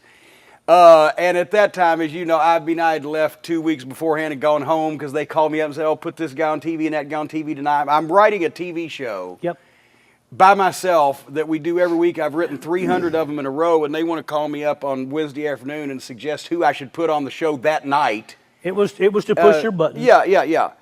And so I'd gone home, and then I came back, and then fuck this, fuck that, fuck you, blah, blah, blah. But then, basically, I told Johnny Ace, I said, this ain't going to work, so keep your check, still give Denny his check and OVW his check, and just as long as you don't do anything to devalue my portion of the company, which prophetic words, then do whatever you want, because I was burnt at that point, right? 6 years of writing a weekly television show will do that to you anyway, much less having to deal with them. But then you had to deal with a revolving door of matchmakers that were many things changed after you left, and it was really, honestly, it was a hard decision for me to want to go on with them. But you and I both talked about it, well, besides that, in effect, I was still making money from them because I still owned part of the company that they were still paying. If they didn't send any of us a check, it wouldn't do any of us any good. Exactly. But the problem is that envelope, as months went on, got skinnier and skinnier and skinnier, and finally it started rattling. Instead of folding, it rustling, it rattled. Absolutely. But I guess who was the first one? Well, they sent Heyman down. Right? Yeah. Paul Heyman came in to take your spot, and I won't say replace because it's not a proper word. And we're not trying to knock Paul Lee, I like Paul because I sympathize with what Paul was going through, but Paul did not know how to promote wrestling in Louisville, Kentucky. Nor did he really care about OVW's bottom line versus whether he looked good to the office. What he did, what Paul did, and I like Paul too, was Paul did what WWE wanted him to do. And here and then see, I had to make that decision to allow it or not to allow it, and I got to be honest with you, it went against the grain, but I did it for several reasons. One and foremost is not the money that people would think. It's simply because I didn't want this to go away and give the locker room. We had 100 guys here, and I didn't want to see anything happen to them because, as crazy as it may seem, the goodwill of others means more to me than the goodwill of myself. I can't explain it, but I love this business. I love giving an opportunity to guys who have a passion for the business, and I knew if I butted heads the way I wanted to with them, it would have went away immediately, and all the guys here, for the most part, would have been done. Except a handful of guys that they would have sent to Georgia or wherever they were going to set up someplace. That's the problem. Georgia kind of went by the wayside. Everything they tried to set up, for some reason, anywhere else didn't work. I don't know why. Could it have been the people running it? But absolutely. What was the difference in dealing with me and dealing with fucking Heyman? We came writing a show and shooting a show. Well, here's the thing. I always loved your formats. They were all handwritten, and I could read your writing and love to see that format every week that it came in on my fax machine. It was timed down to every 15 seconds, It was timed down to every, and man, I could take that as a director sitting in that chair, and I knew right where the hell I was going to go and how I was going to do it, and it was like clockwork. It was great. Then when Paul came in, they started, they looked nice. They were typed up. It all looked nice, but everything had changed. It was kind of like a format that WWE would use, and I had to kind of adapt to it. But at the same time, I started getting myself out of that chair because I couldn't do it. I couldn't Well, do it that Paul, way. at least he Paul- was doing formats because for the ECW TV show, they just shoot like 6 hours of shit and then format it. post it for an hour, day and a half, right? Well, he knew that I wasn't going to do that here. I mean, he knew that we shot, we captured it live, and then we posted and done, and it was done that night. He would like to drag it out to 4 or 5 o'clock in the morning on Thursdays, and then We were always at goddamn Chili's by 11:30. hell yes, hell yes. So he buffered the aggravation with stories.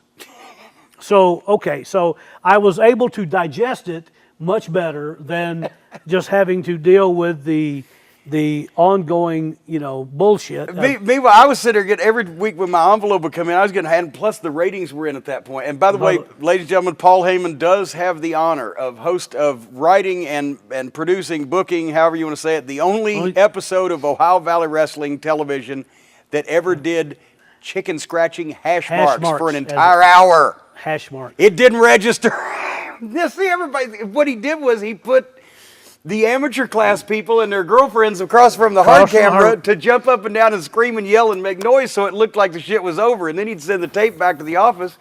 But that's why we always put the wrestling school students over there out of the way and off camera and put the fans that actually wanted to spend time and money on the product over here, but also because if the guys have people screaming for everything they do, whether it's good or bad, how do they know when it's a good thing and they got to scream or a bad thing's got to scream? Right. But Paul liked that because it looked better when the office watched the show, right? It looked like the shit was over. It was some variation of the ECW, not the matches, but having your cheering section. So, everybody knows when you watch wrestling, the first thing you're looking for is the people in the crowd to see if they're really into it, because then it's a good show. But then, of course, I guess they managed to run Paul off at that point. Well, right? here's what happened. At this time also, they were setting up the school in McDonough, Georgia, with Jody Hamilton.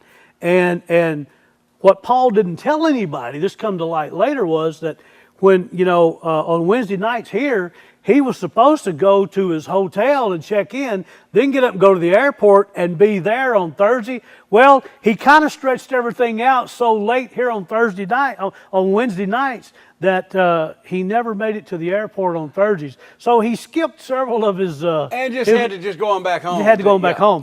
So I'm thinking, I could be wrong, so Paul, correct me if I'm wrong, but I'm thinking that had something to do with him being whisked away into something else. And then they whisked McDonough away under cover of darkness. They sure did. Poor Jody. Yep.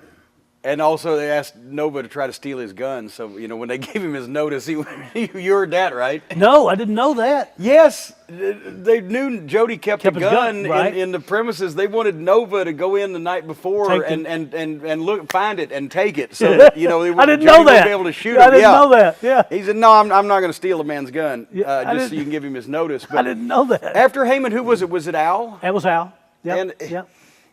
I love Al. I started Al on television in Smoky Mountain. Al tends to like a giggle. He likes an entertainingly funny television program. Unfortunately, he does. But the thing is once we got the transition from you to Heyman to Al, once we got past all that and things started clicking. Our live events with Al, things started coming back. We're coming back. We were doing 300 people in E-Town, 300 people in Owensboro. Which, maybe to this audience it don't sound like a lot, but when you've been in a place 20-something years running the same town, when you're running with a 100-mile radius 100-something times a year, and everything you're doing, those are good numbers. I'll take them any day of the week. And everything was going good. Then.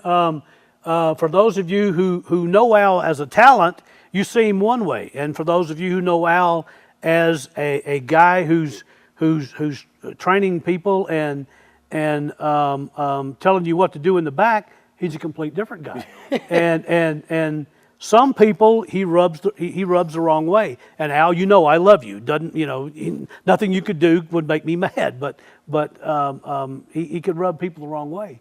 And I remember I remember not long before the WWE went away, Triple H and Shawn Michaels came to OVW to look things over, and they told us everything was great. They loved everything. I mean, but I later found out that I think Shawn and that Triple H are really not fans of Al's. And I mean, I could be wrong. I don't know that they're fans of anybody's, but mostly themselves. So apparently there was some issue there. I don't know what, but bottom line is, it ran its course with Al for what, a couple of years maybe. Yeah. And then they'd opened up. They'd started Florida a year or so before, and then they just finally decided that they wanted to move everything to Florida. Well, but it was really professional the way they did it, because they actually, the 5-year deal that we had signed in 2002 or whatever was coming up, and they told you, oh yes, you're figured in the long-term plans, and go ahead and sign a new lease on this building under your name, under my and name, be responsible for it. Which I did. And love is in the air, and you'll be free to pursue a life of religious fulfillment forever and ever and ever. And lo and behold, a few months later, boom. Boom. Louisville's just too far away from Florida, because, we had moved Kentucky in that previous 6 months. Yeah. But yeah, right. So when Mr. Laurinaitis, how did he have the balls to, after 6 months, what was the deal? What was the contract you signed? 2-year or 3-year? 5-year. 5-year. 5 years, yeah. Not the lease on the building, but the contract with the WWF. Oh, that was 2 or 3 at least, wasn't it? Yeah, 3. So you signed a 5-year lease on a building, a 3-year contract with the WWE, and 6 months later they say, oh, never mind. See ya. How did he phrase that? Well, basically, he and Ty Bailey came here. It was Tuesday, February the 7th, I believe. Was it Tuesday? It was February 7th, I know that. And took me over to Tumbleweeds. And, of course, I got the double boom, boom, boom with Ty Bailey and Laurinaitis, said that, Danny, appreciate everything you've done for us, but we're going to move the operation to Florida. Vince thinks that Florida's a better fit, and he appreciates everything you've done. So here's your papers, and if you have any questions, I'll be happy to. He said, I'm sure you have questions. And I looked at him, and God is my witness. I put my hand on his shoulders and said, no, I have no questions. I just want to thank you, because now I can finally breathe. And those were the exact words I said. So I honestly, I was took by surprise, because I didn't expect them to leave me hanging here. But then again, you got to remember who you're dealing with, and so it is what it is. It was what it was, and 7 years later, we're still here. Well, that's the thing. You spent a couple of years. You took some time off at that point just to recharge your batteries. I did. I took some time off because 2008 was a horrible year for me. The WWE deal went away, and not to make light of it, but there was a lot of money involved in that deal, and it went away too. My father died that year, and I'd never really come to terms with that. It took me a long time to come to terms with it, because I was absent in his life when I shouldn't have been, because of work. I'm a workaholic. And then the week after my father died, our ring truck was going to Cincinnati for one of our shows, and it blew a tire, and it had 5 people in it. It blew a tire and rolled over, caught fire, and burned to the ground. Everyone got out alive, but again, it was a big hit. So, 2008 was just probably the worst year, or the worst year that I ever. So, in your spare time, what went wrong? Yeah, and so I basically backed away from the business, and Nick Dinsmore and actually Rob Conway, and I think kind of oversaw things and kind of kept things going until I. Half-assed kind of got back in the game, because I just couldn't. I just had a tough time with the personal shit, But you came back, came back. and then you had to deal with TNA for a while, which wasn't obviously anywhere near as extensive. And, but you know what was great about that? They left you alone. Those fuckers left me alone. Yeah. those fuckers left me alone. But the reason they left me alone was because they didn't know how to run a fucking developmental system. Those are the dumbest motherfuckers I've ever. I swear to God. We had a perfect setup here and could have helped them in so many ways, and not one fucking time did those fuckers ever call to really ask about anybody. No, they just sent a bunch of people here and left them, right? And occasionally they would send a check. So I'm like, Jesus Christ, you're a mainstream company. You got something here. Fuck, utilize it. Try to get So anyway, that when changes with TNA came about, Big Country or John Gaborik called me and said that exact words really were, we have no more money to invest in our future. So okay.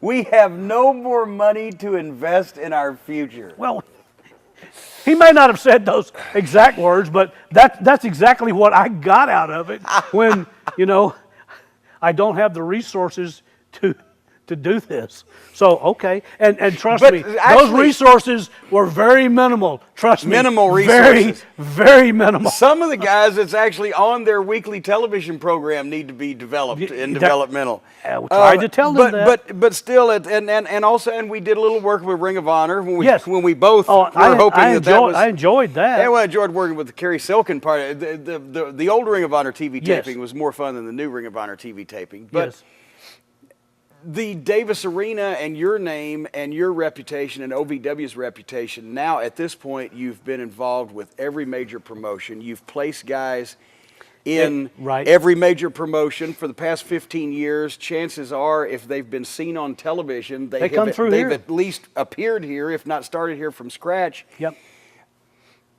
Okay, I'm going to pick your favorite child. Who are you most proud of that OVW has produced, whether they made it to the main event status of the first match or maybe didn't make it at all? Who are you most proud of that the alumni of Ohio Valley Wrestling? John Cena.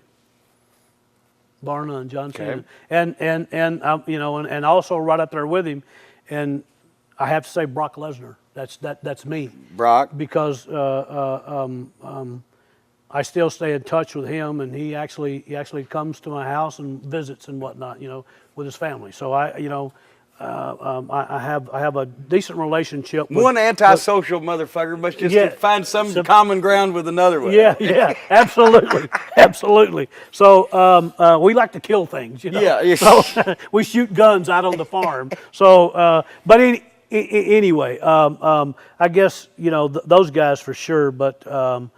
Had WWE in our early relationship, had they not have burned through all the talent that they burned through, the business would be healthier in so many ways. Yeah. I don't see any territories ever coming back. I don't see it. I don't see that's possible. I don't see it. OVW is going to hang on and do what it's going to do for as long as it can. Who knows? The doors may be closed tomorrow, but then again, that's only if I choose to do it. So right now nobody's really poking the bear, so I guess I'm okay. So and as long as you got that $103 gate, you can always make that $4 profit. That $4 profit. That will go. That's probably one of the.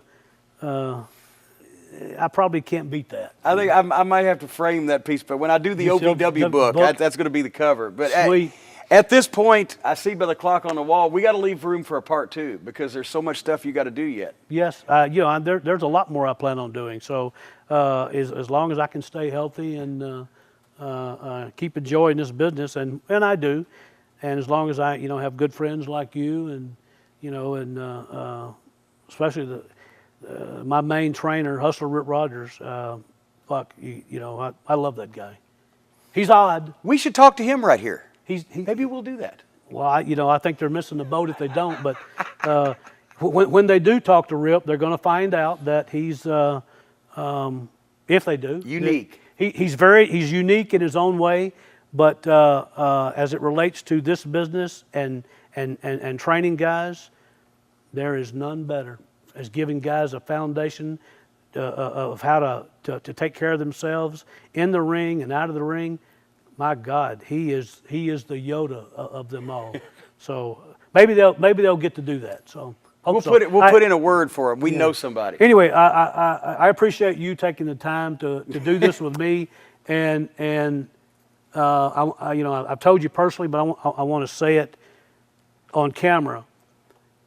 You made a difference in my life. You, Jim Cornette, made a difference in my life, and my 3 ex-wives may say that it was a bad difference, but fuck them. I say it was a good change, and I want to thank you for allowing me to be a part of your life and the years we spent together in OVW. And I couldn't have done it without you. I appreciate that, and I couldn't have done it without you because I've booked greatness in many places, but I've never booked greatness that made a profit until I teamed up with you. So, Danny, thank you. The Wizard of Oz, the Nightmare Danny Davis from Thank the you. Davis Arena. Thank you.